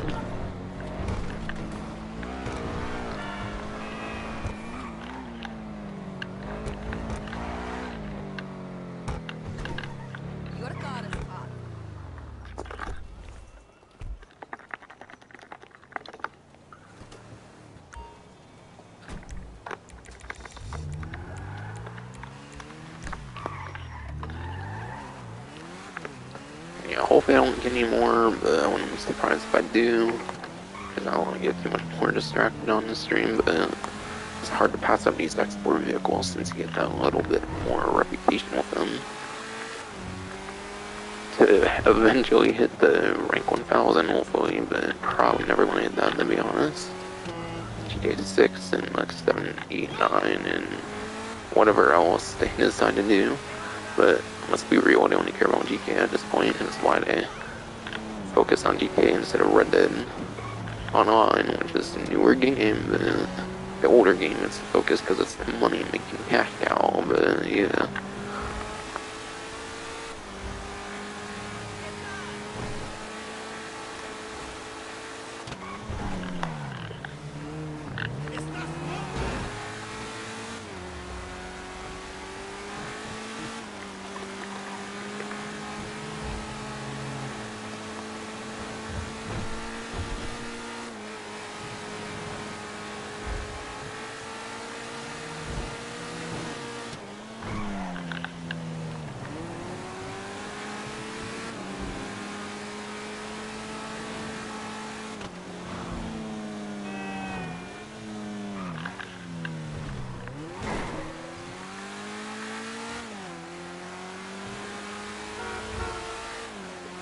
Phoenix there. Phoenix there, that's pretty rare, because you can't purchase that on a website like the Dubsta, for example. So yeah, the Phoenix, that'd be kind of cool to see in the dealership, for example, for like a more rare vehicle. Because Phoenix actually isn't purchasable, pretty certain on it. I think the one I have, I had to like steal off the streets, if I remember. So I do actually have one.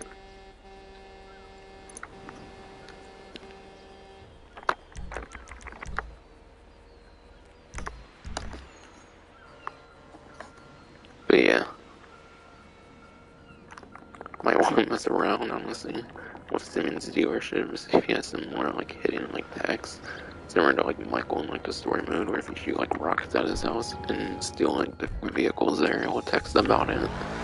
Want to see if there's stuff like that in the game.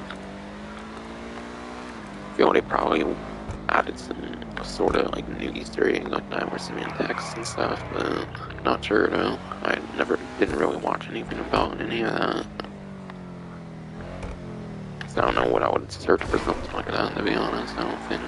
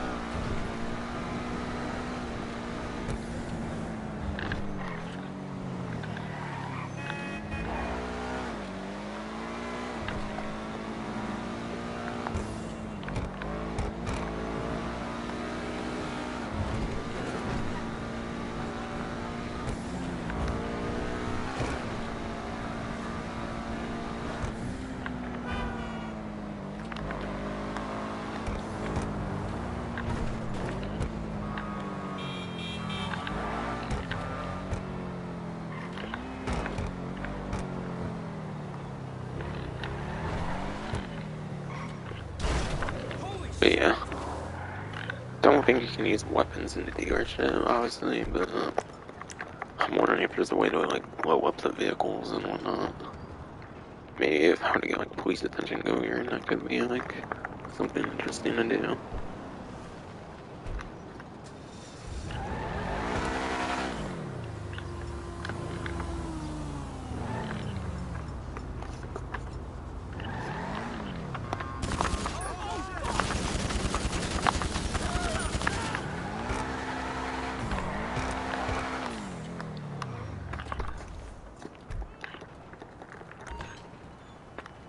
Damn it, no, they kicked me out apparently. They don't let you in there, it kicks you right back out.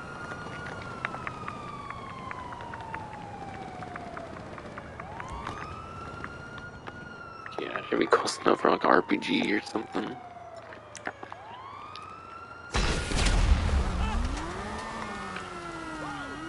Wow, what a...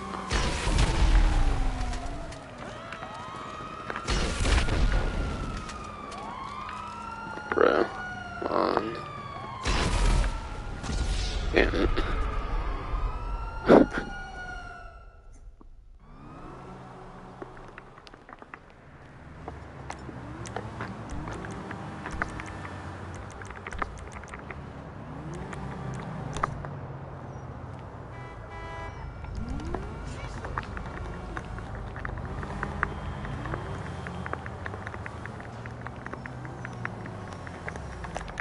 Did I really get like 4 rockets and like pistol ammo for like $500, $600? Does it all cost like way less than just doing it individually? I'm not even sure, to be honest, with that new buy all ammo feature. It's even similar to what it's even similar to how it works in the contact missions.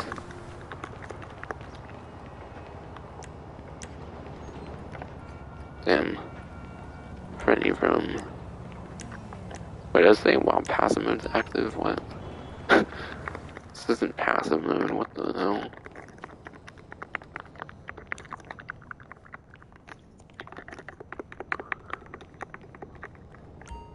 Yeah, I don't know, there might not be a way to destroy vehicles in the dealership and stuff, I don't know. Go to Dubstep was pretty close to the window and stuff. That the RPG could have maybe destroyed it, but guess not. And if I do like a minigun actually, that could work pretty good.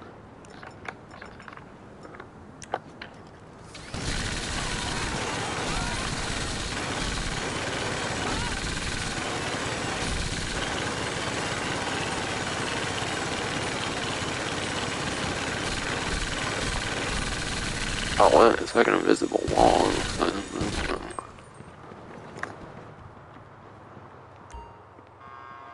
I don't understand to see any damage there.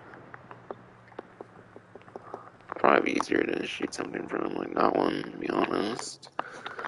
Because you can get a better look at all the different vehicles from this one, I think.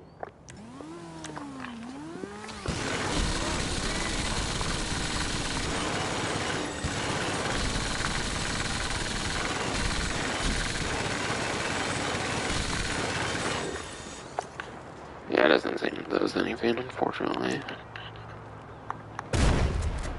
Oh yeah, suppose around just hits the door. It's like an invisible wall area.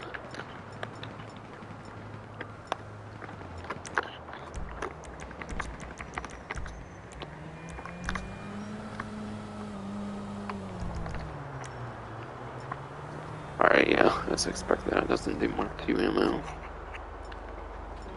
Obviously, you knew that was going to be the case. But I wondered, since it was a new, like, buy all ammo feature with the new update.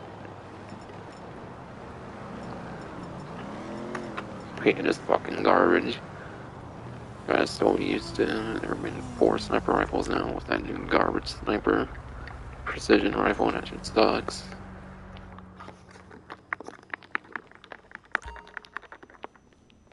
I tried anything I could think of to do stuff here. But I did like an explosive round and then didn't go past the door, so yeah, it seems there's invisible walls so you can't like kill characters in here and whatnot.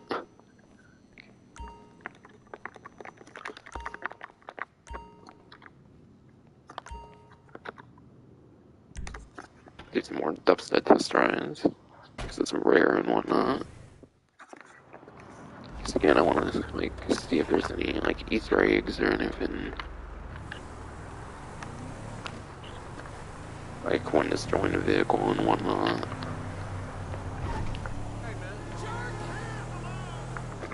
I'll go over to that convenience store, I guess, because I know there's a gas station there, I'm pretty sure.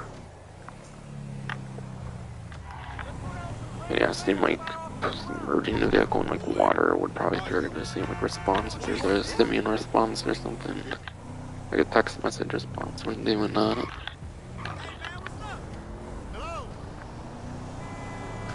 Yeah, I just want to see if you get anything from Simeon when doing this, just something. Fuck the gas prices. In game and in real life. How's it going? Or at least real life. I had to take out a third mortgage. And my wife...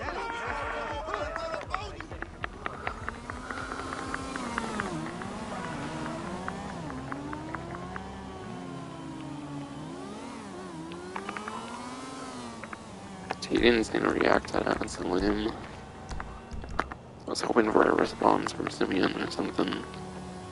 Oh, there it is. That was not destroyed.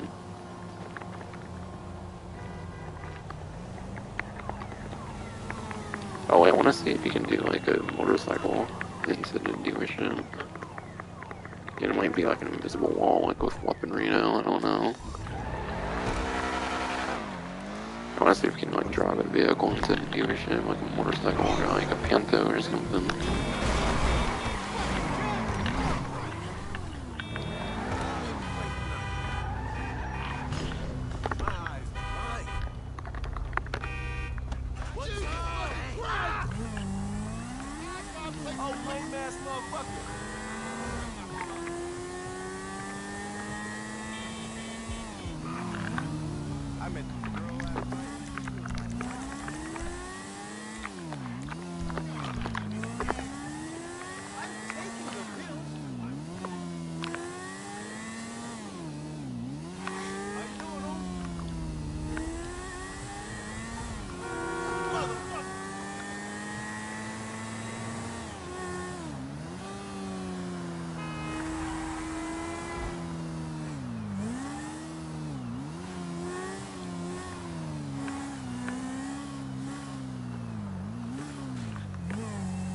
Nope.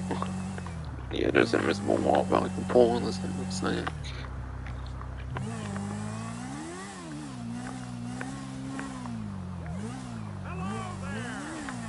Yeah, there's invisible walls to prevent that, of course. There is this thing. Thinking it would be pretty annoying for like players in the public lobby, I guess, if they let you do all this stuff. I feel they should allow that and then just make people go in violently if they want, like a peaceful, like, Simeon thing.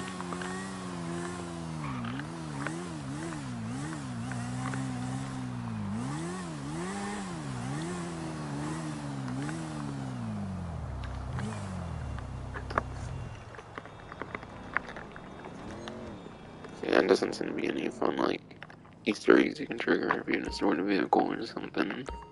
As far as I can tell, I'm not going to do any more testing on here.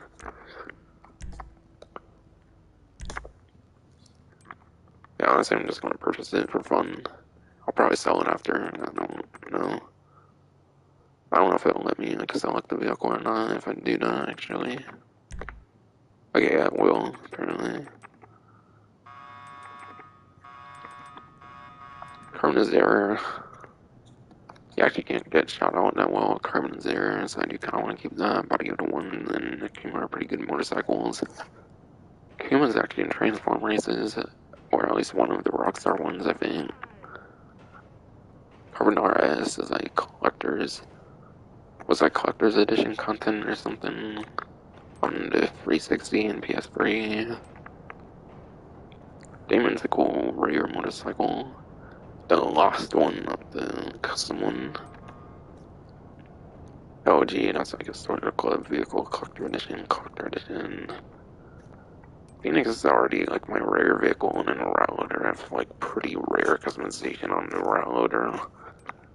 But I glitched up the route loader, I think, to make it have like no truck bed or something. So I don't want to replace something. Still, I'll just put in my tinsel tower. Oh, cool. It's actually a little like premium deluxe like motorsport thing on there. That's cool. So there's actually a unique like thing for it and whatnot. Just because there's a random number in there apparently.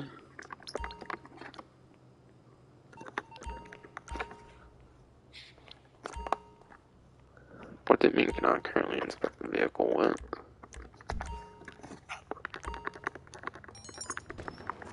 Alright.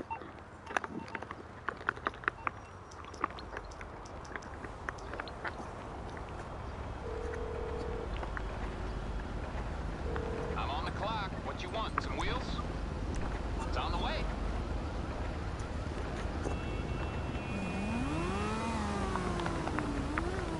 I haven't seen you in a while.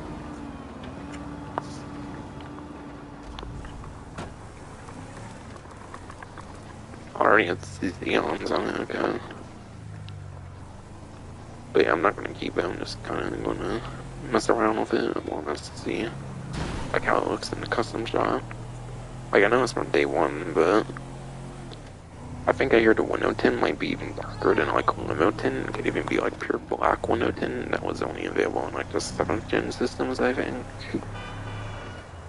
Yeah, I think 8th and 9th gen they removed like the pure black window tint, I think, because of, I don't know. But yeah, could even be darker than pure black window tint from like the 7th gen version. Yeah, I think because of first person they removed the like pure black window tint from like 7th gen GTA Online. Possibly story mode I think might have pure black on 7th gen as well. So I kinda wanna go to the mod shop to see what it's all like,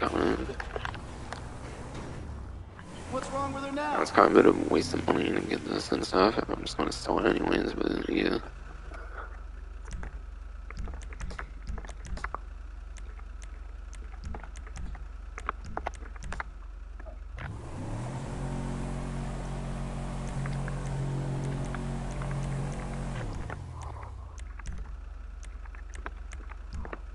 Customization for a day one vehicle, I feel was pretty okay, honestly.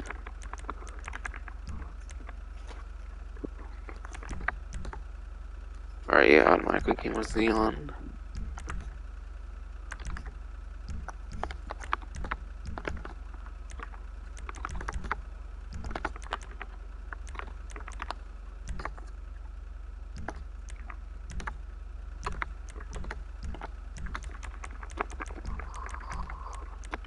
Okay, it's just a regular classic black, it looks like. Alright, yeah, they say classic black on the newswire. So yeah, the colors on it's right out specialized.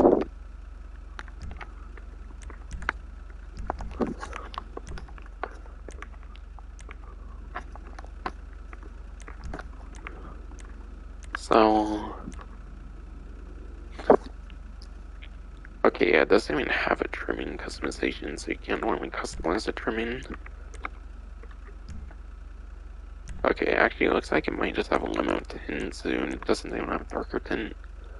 If I heard on like Twitter or something that people claim it's darker tint, that might not be the case then, it seems. Or maybe it does have different tint, but it just defaults to limo in a mod shop, I don't know.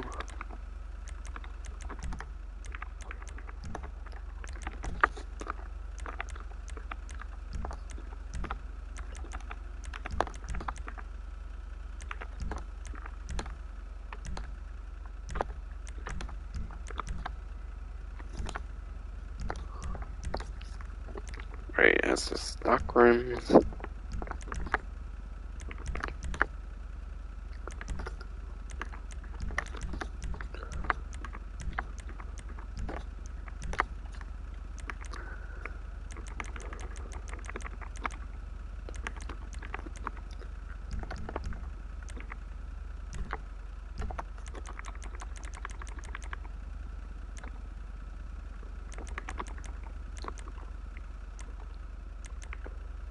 Okay, yeah, it only seems to Seems the only unique thing to its that's removed.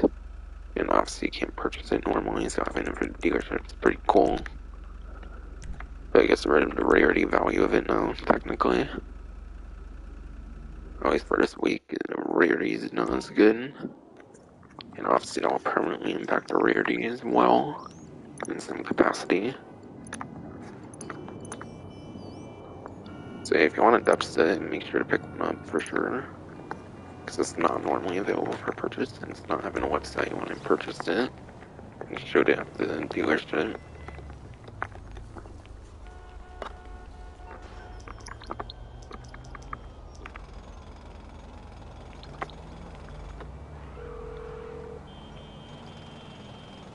What you need, boss? Some wheels? I can bring them round.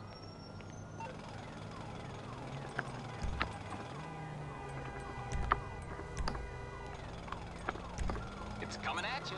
Alright, I'll get back to work.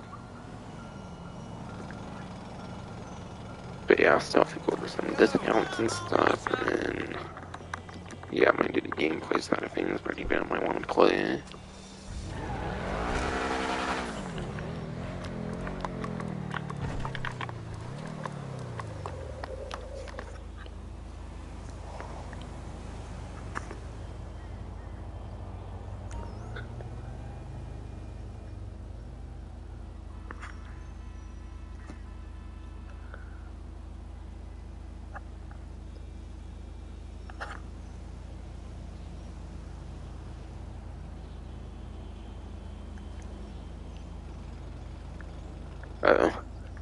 And the color on the CGT for the luxury autos is metallic ice white, apparently, for that color on the EGT and on the CGT luxury autos again.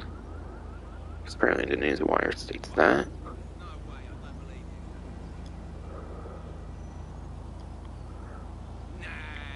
You're just winding me up, aren't you? You're taking me for a toss-up. Still gotta do that time trial for the HSW one. I'll still be doing that. I pretty much already explained the Vespucci Job remix. Pretty much explained all the bunker stuff already.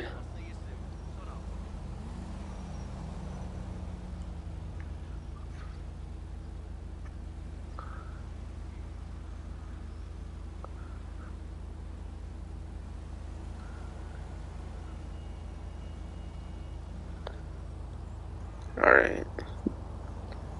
There's game modes that come back for the month of August that we have to go over actually here, so I'll be doing that. That'll be Air Force Zero, which I think is versus mode, Keep the Pace, Juggernaut, and Stockpile. I think those last three are all adversary modes. But yeah. For game modes coming back for the month of August, there is Air Force Zero, 1 through 5. So those versus modes are back in the game for a limited time only. So if you want to play this for any reason, then make sure to do so before they get vaulted again in September, probably.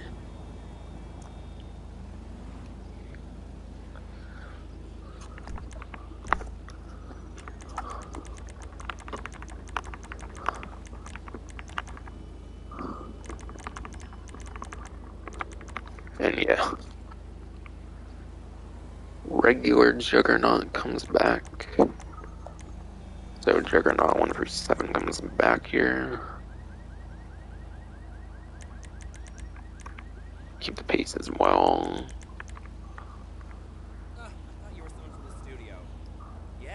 So if you want to play a regular Juggernaut 1 through 7, this is the month to do so before it gets vaulted in the game again and gets removed for probably a while again, since they vault game modes now, unfortunately.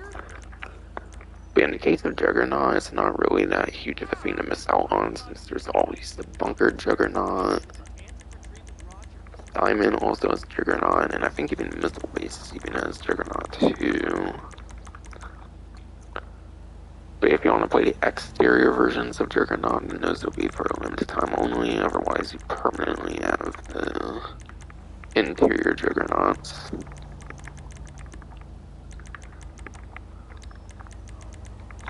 And Keep the Pace. That was like an adversary mode I think they released during one of the like lowrider updates.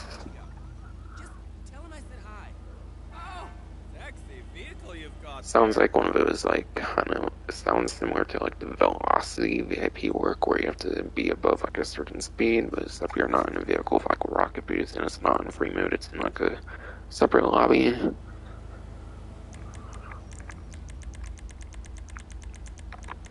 And stockpile, I think it's like a dogfighting kind of mode or something. Pretty fun one, if I recall. Personally, I feel it was pretty fun. I like the dogfight, like aerial kind of game modes personally in the game. I like a lot of aircraft in games, so I like the game modes with aircraft as well.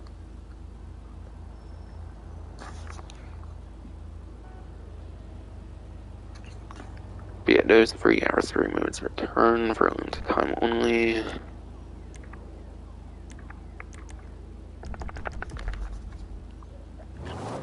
So I'm here to play those if you want.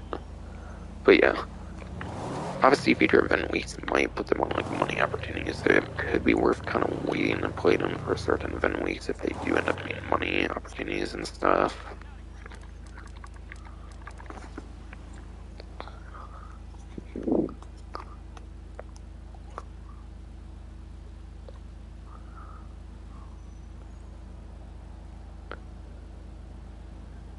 And yeah, I already went over to like test track vehicles, the podium, and like the prize ride.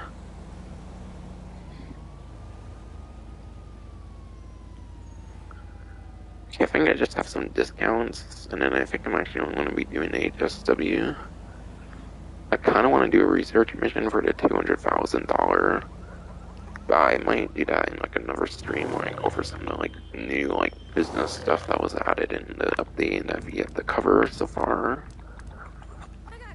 So I might be doing another stream for like some of the gun running stuff. The knitting circle was at my house this week too.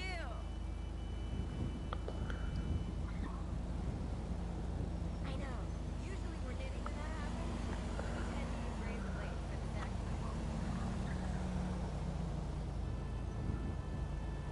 Okay. Let me go back to the dealership real quick. There's actually some discount vehicles in there and I would like to show off with them right at the dealership.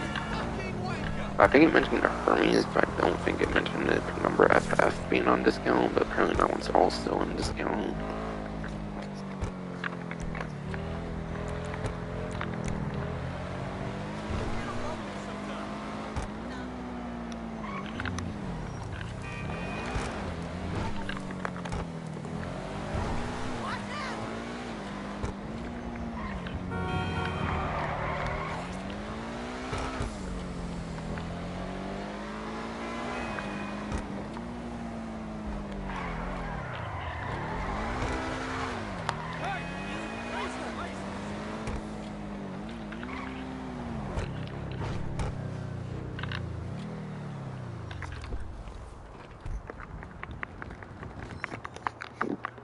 Yeah, I think when I was actually going over some of these earlier, I didn't go in more details of it. I kind of stopped at the Hermes, I think, because I got too distracted with the nostalgia stake on there, but yeah. If I didn't mention the Scarlet Hellfire is from like the Diamond Casino Resort, or like Heist Update or something, I think it's Diamond Casino Resort, and the Gauntlet Hellfire comes from the DLC it featured in. And yeah, the number FF is one of those like Los Santos like sort of special vehicles here.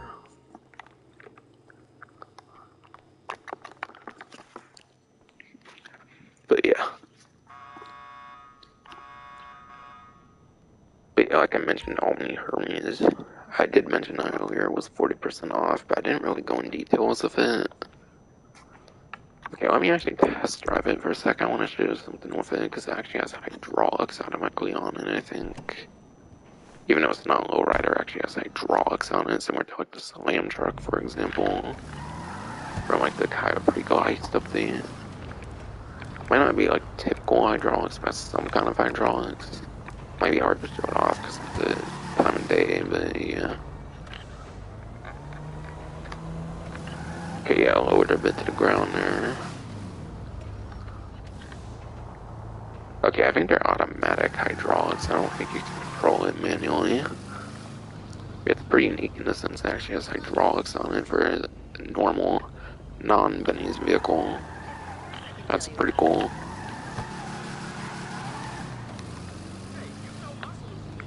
Yeah, honestly, I feel like you should put all the discount vehicles on like some sort of like thing you can test drive or something.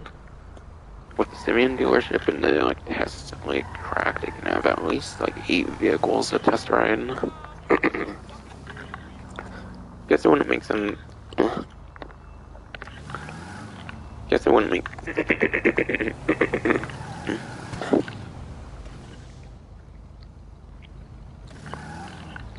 I guess if their format, it wouldn't make sense to like test drive like the half track and like the hauler custom, for example, for like some discounts this week. But at least all the civilian vehicle discounts, I feel they should try to at least have at least like 8 to test ride.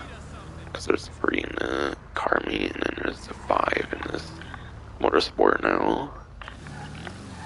And then if they made it where you can like test ride the ones in the luxury autos in the future, then that could add like 2 more to test ride as well, at least, or at least 10 test ride vehicles. That'd be pretty cool. It'd be cool if they would start featuring all like the discount ones, for example.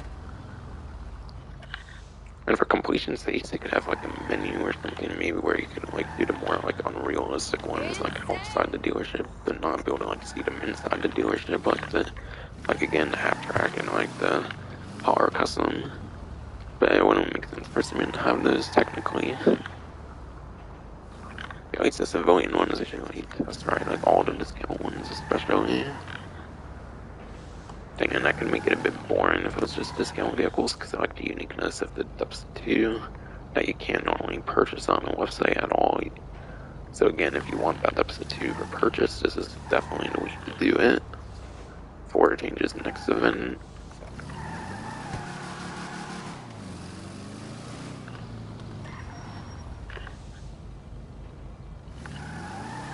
Yeah, this hydraulics are pretty cool.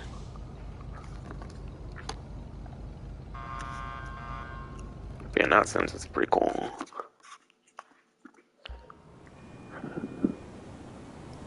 I forgot you don't return there when you do that, but it's only like right there anyways. Within literal like walking distance. We had a Hermes with a muscle car there. Obviously. Hermes, I think, is actually pretty okay if I remember.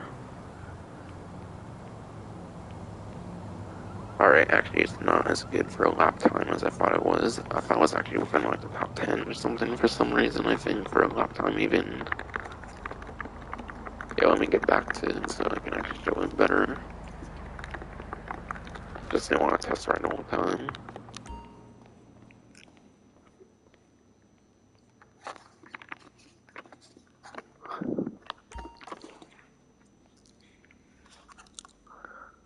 Again, like I showed, it has the unique like hydraulics, and then it's a nostalgic vehicle from Grand Theft Auto Vice City, which is cool. So for nostalgia's sake, it's a fun one to collect. In addition to the hydraulics. And he has a E-tier muscle car according to Bruffy 132's spreadsheet, which makes it 26th place on lap time, and it makes it 12th place top speed. And that was before the Criminal Enterprise updates, and that'll probably make it even worse. Especially with the HSW Vigero or whatever like coming out. But yeah, there's like a HSW muscle car apparently coming out for the drift feed. So this will definitely be knocked down at least one placement for the Criminal Enterprise update.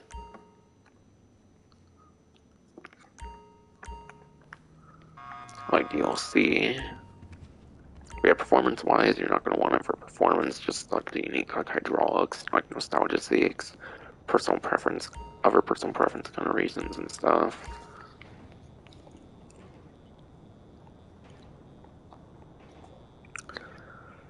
And yeah, the Penumbra FF here is on discount too at 35%. And that is from Los Santos Summer Special. And yeah, if you purchase the one at the dealership, again, like with the test track, I think it comes with delivery if you purchase it, because obviously that came exactly how I bought it earlier. if you buy the vehicles at the dealership, you even get the liveries thrown in, which is nice, and then the colors and whatnot.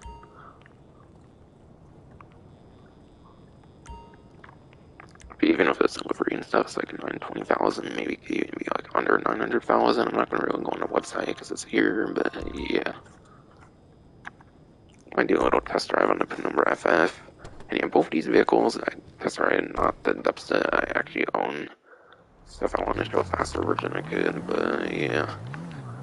And yeah, you probably have to put like engine upgrades and stuff on. I don't think those have engine upgrades on them. Probably not.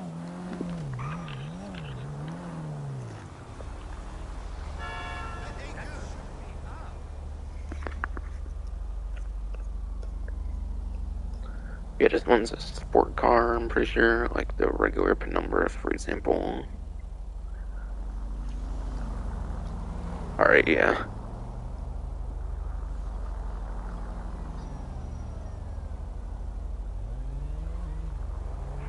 Alright. Yeah, according to the spreadsheet, it looks to be a C-tier sport car, according to Bruffy 1322. That makes it a 37th place lap time. Seems to make it a 37th place lap time, and then yeah, 37th place lap time, and then 76th place in top speed. 76th place top speed sport class. That's pretty terrible, and then it's nowhere within like top 10. So don't get this one for performance. You only want it for like personal preference kind of reasons. New version of the PIN number from like 2013, back from like 2020, like mid 2020, from some special, pretty cool in that regard at least. And you can probably make some pretty fun references with this one. I mean, it's like a very huge, like Fast and Furious vehicle, and it's still like FF or something. I think that's what they kind of went for there, but yeah.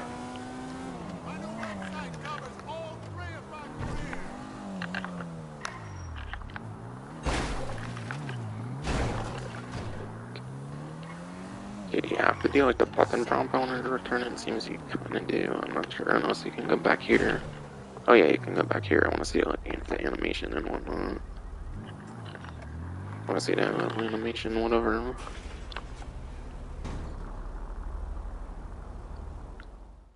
Yeah, honestly, I might try to destroy the vehicle without like completely destroying it. I do want to see actually if there's like a little Easter egg for that at least as well. Now that I think about it.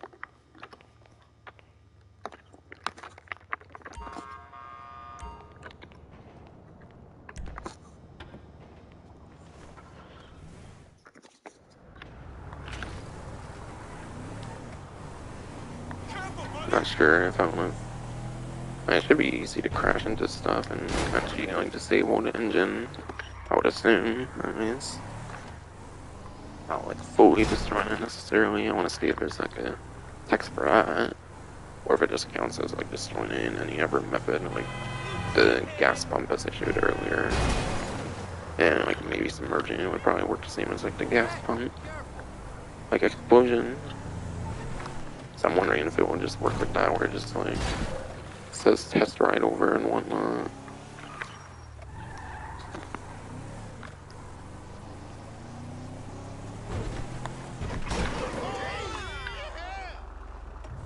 Yeah, what if you got one level and you like test ride? I wonder. Again, I wanted to do that earlier, but for some reason I just didn't want to use like ammo earlier.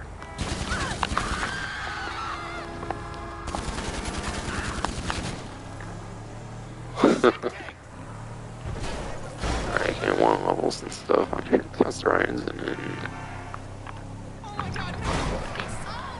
okay, you could call muster technically get the popos off, because it doesn't really seem to do anything if you get one level during a test ride.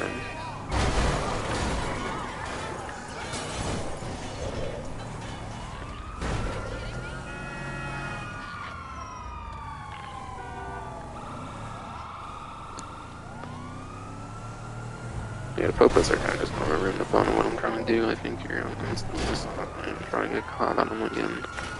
Or, okay, that happened anyway. It's the 1-star though, so it's not too bad so far.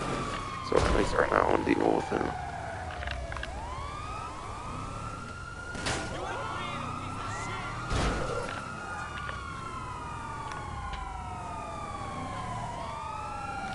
Capping out an engine stolen for a bit, so maybe I'm close to destroying it.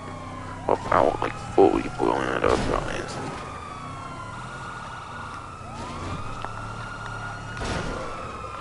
And I want to see how that works.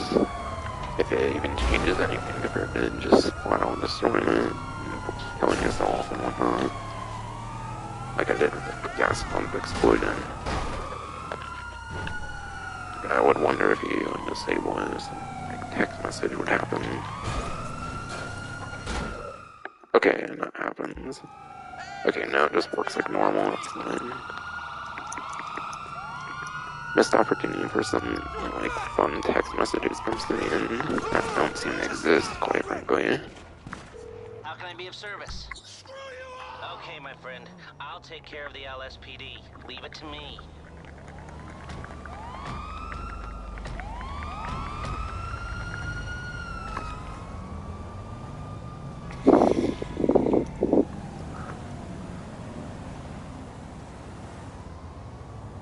Okay, I got 3 discounts off the cover, and that should do for all the discounts. Didn't seem there was any properties this time or anything, just like clothing and vehicles. I believe so.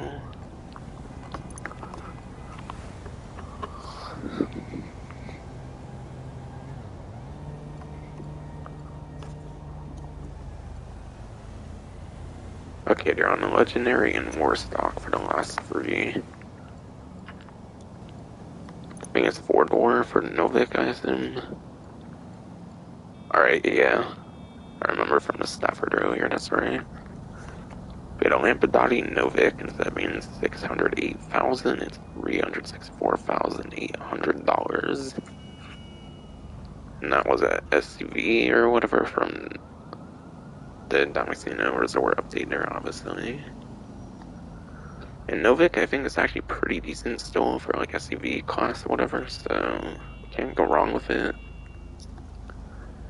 It's at the top of the A tier according to Bruffy 1322's expert achieving.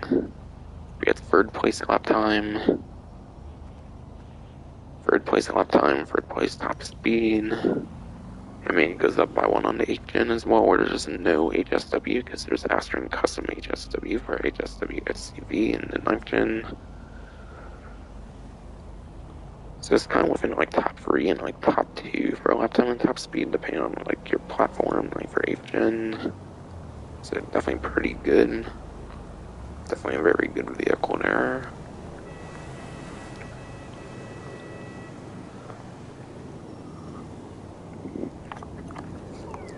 And then the last 2 that I've yet to cover should be Warstock, Hauler Custom, as I've kind of mentioned earlier. Can't show the price because I already own it. We had a Hauler Custom 40% off. This one is the more expensive one, hence why I have it. Phantom Custom's less expensive, but they're probably not too much more different. Phantom Custom just looks like it doesn't really have like armor on like the windows, so maybe you get a bit of bullet protection on the Hauler Custom compared to the Phantom Custom.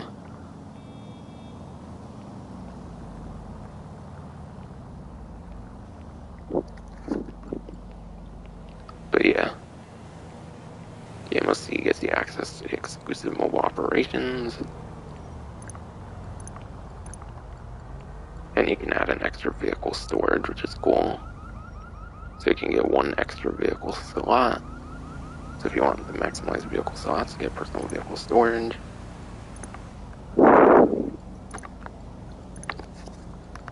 And then with this update, they actually like added on to like the weapon and vehicle workshop, or the vehicle workshop in particular, like the combination or like the regular one if there's a regular one. But yeah, in this update they made it where you can put any vehicle that fits in the MOC, you can modify it, not just the weaponized stuff. So now you can actually modify some civilian stuff in here as well with the new Criminal Enterprise DLC update. So yeah, just recently you can put civilian stuff in there now for modifying, which is pretty cool. So they expand on it like a slight bit. So it could be a portable like customization shop, which is nice. The Avenger can be as well now, as long as the stuff fits in it, obviously. Yo, you see the game last night? So it gives them a lot more utility as well if you don't want to go to a custom shop.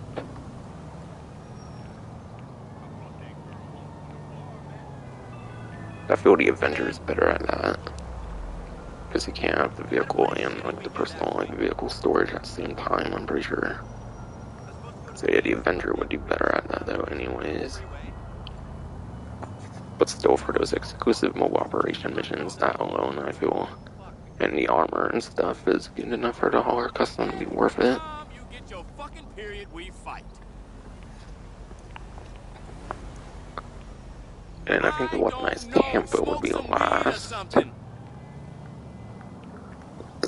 Let me think about it. I'm pretty pissed. Already went over this one earlier. But yeah, on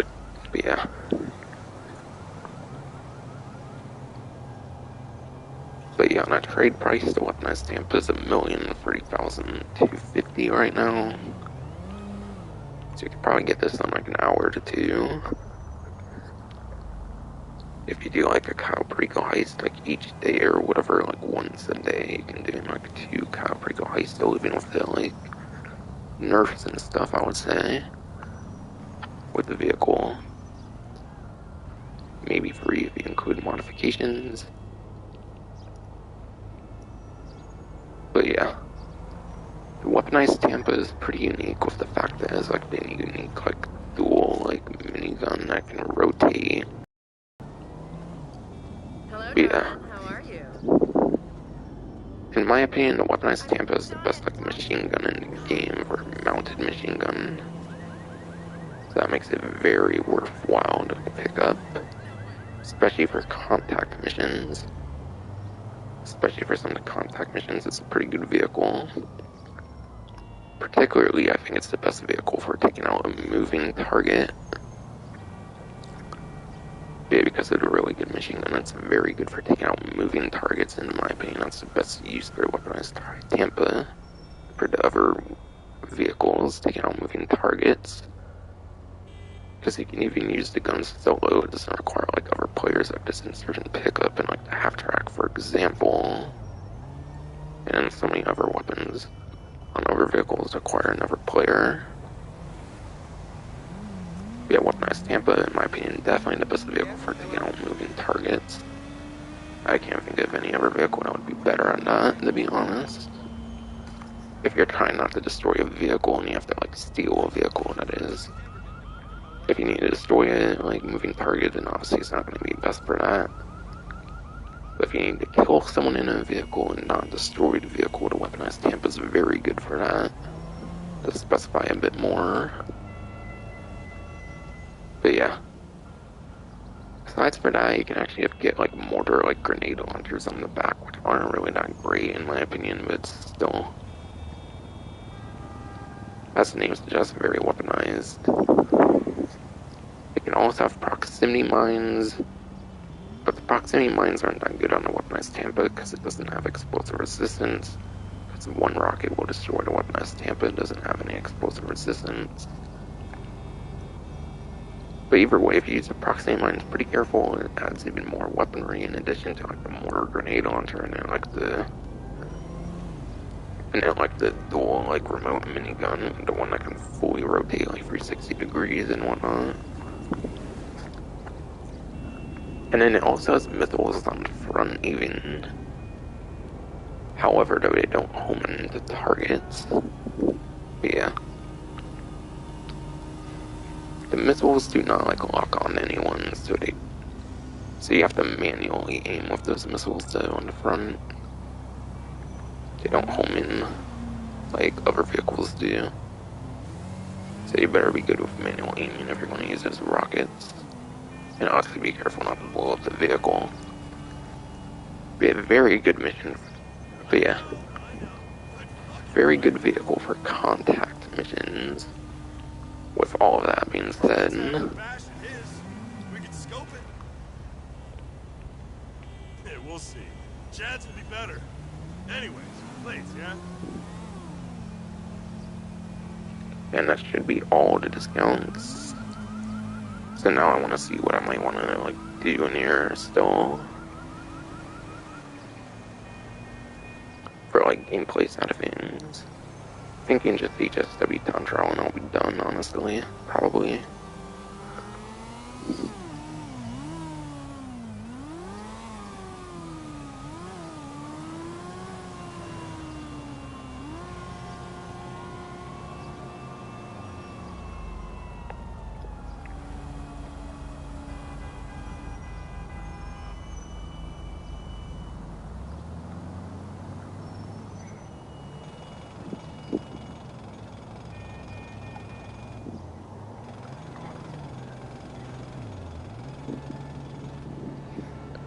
Yeah, there's not really much that I feel is all that worth doing besides HSW time trial.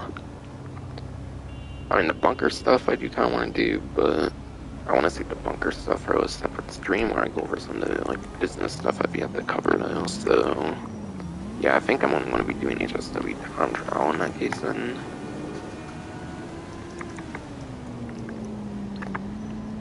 I'll call it the drag for now, and then I'll switch up to the cyclone when I get there. You're through to your garage. You, need me to bring you a ride? Fuck, I'm too close. God damn, I didn't realize that for some reason. I'll get there as soon as I can. I wasn't that far. I mean, it's...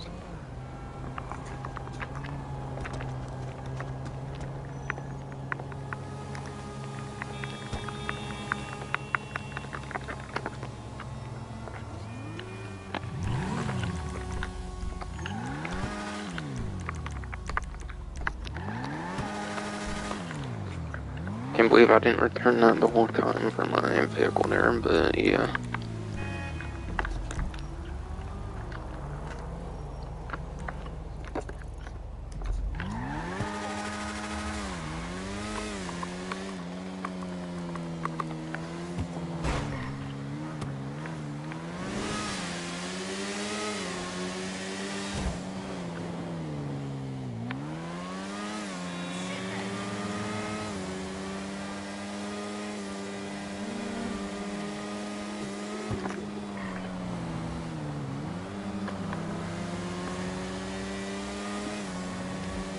But yeah. Again, the reason I'm not doing any gun running stuff is because I want to save it for a separate stream. If I've been a bit confusing recently or something.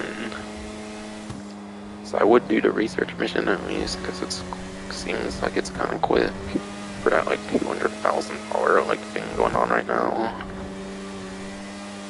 But again, I want to save it for a separate stream. Because I might do a stream for like each business and it's like new activities or whatever.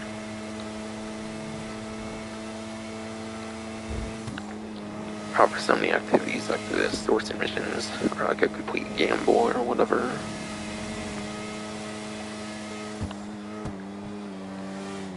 So I'm hoping to get lucky and get the different like sourcing missions and I do those streams pretty easily. But yeah, especially for special cargo where you have to pay for the crates. But yeah. But I kind of want to go in order of the different businesses, but since gun running has something going on, I might do like the bunker stuff first.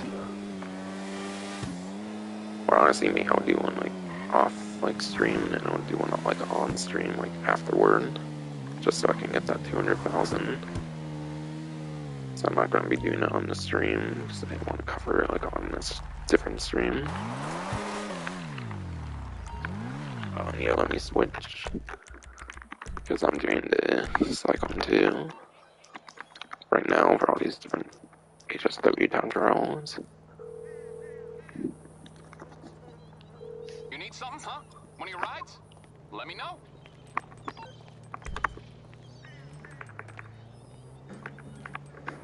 It's coming at you.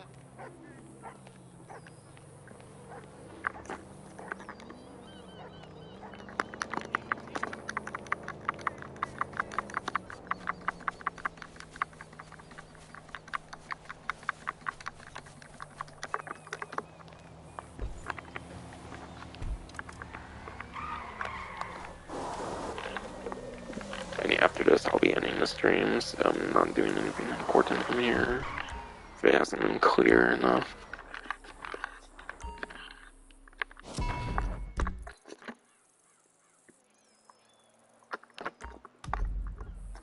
And yeah, I think this one typically just works best on the GPS, if I remember. So I don't think I need to do anything super crazy or anything. See, it already goes down the highway, which is pretty good. So I think the GPS route would do, if I remember right.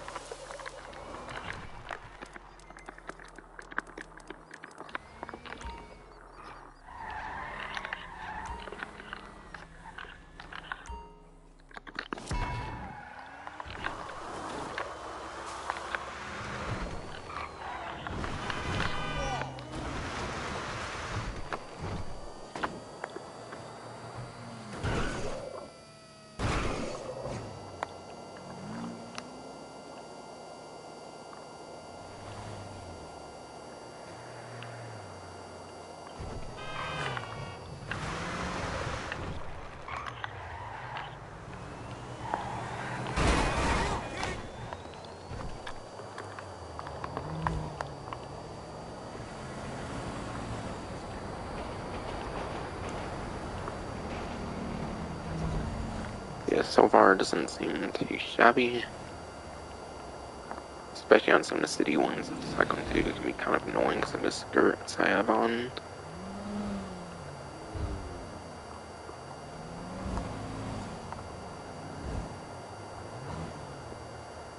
I think these skirts cause problems with the city.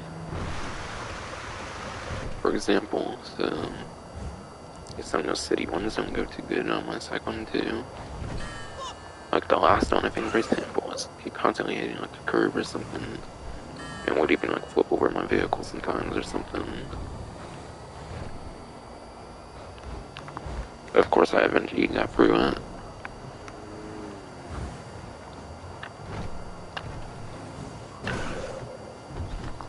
Yeah, this one's pretty nice, mostly on like long streets and whatnot. And again, it's also not good because second two and its top speed's not that great in electric. But obviously, I guess acceleration is pretty good to the top speed. Thing in the part times on HSW are like changed for like each vehicle, kind of. So like certain top quality vehicles have lower times than like muscle cars and like maybe SUVs and stuff, for example. So time should be very fitting for the second too, so it's still very easy now if you do it right. Okay, got it. First time, so unlike last time, which took several, I think.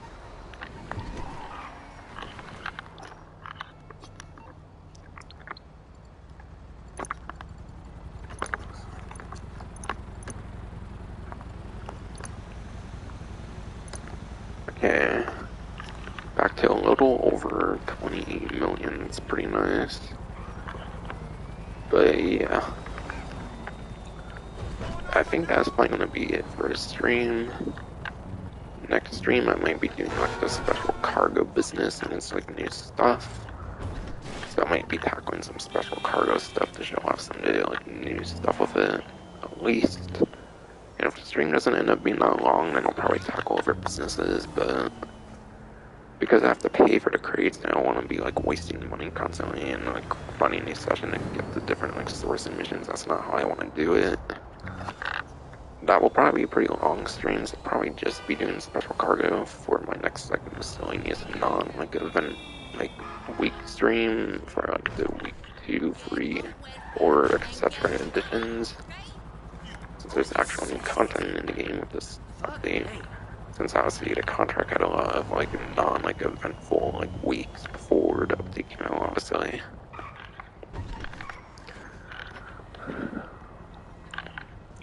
So yeah, probably a special cargo kind of like stream for next stream. At least.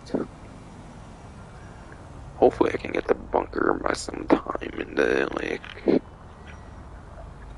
current event. That would be kind of nice, but yeah.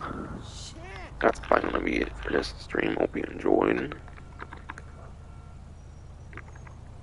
over 3 hours in a minute and whatever, but yeah, a lot of stuff.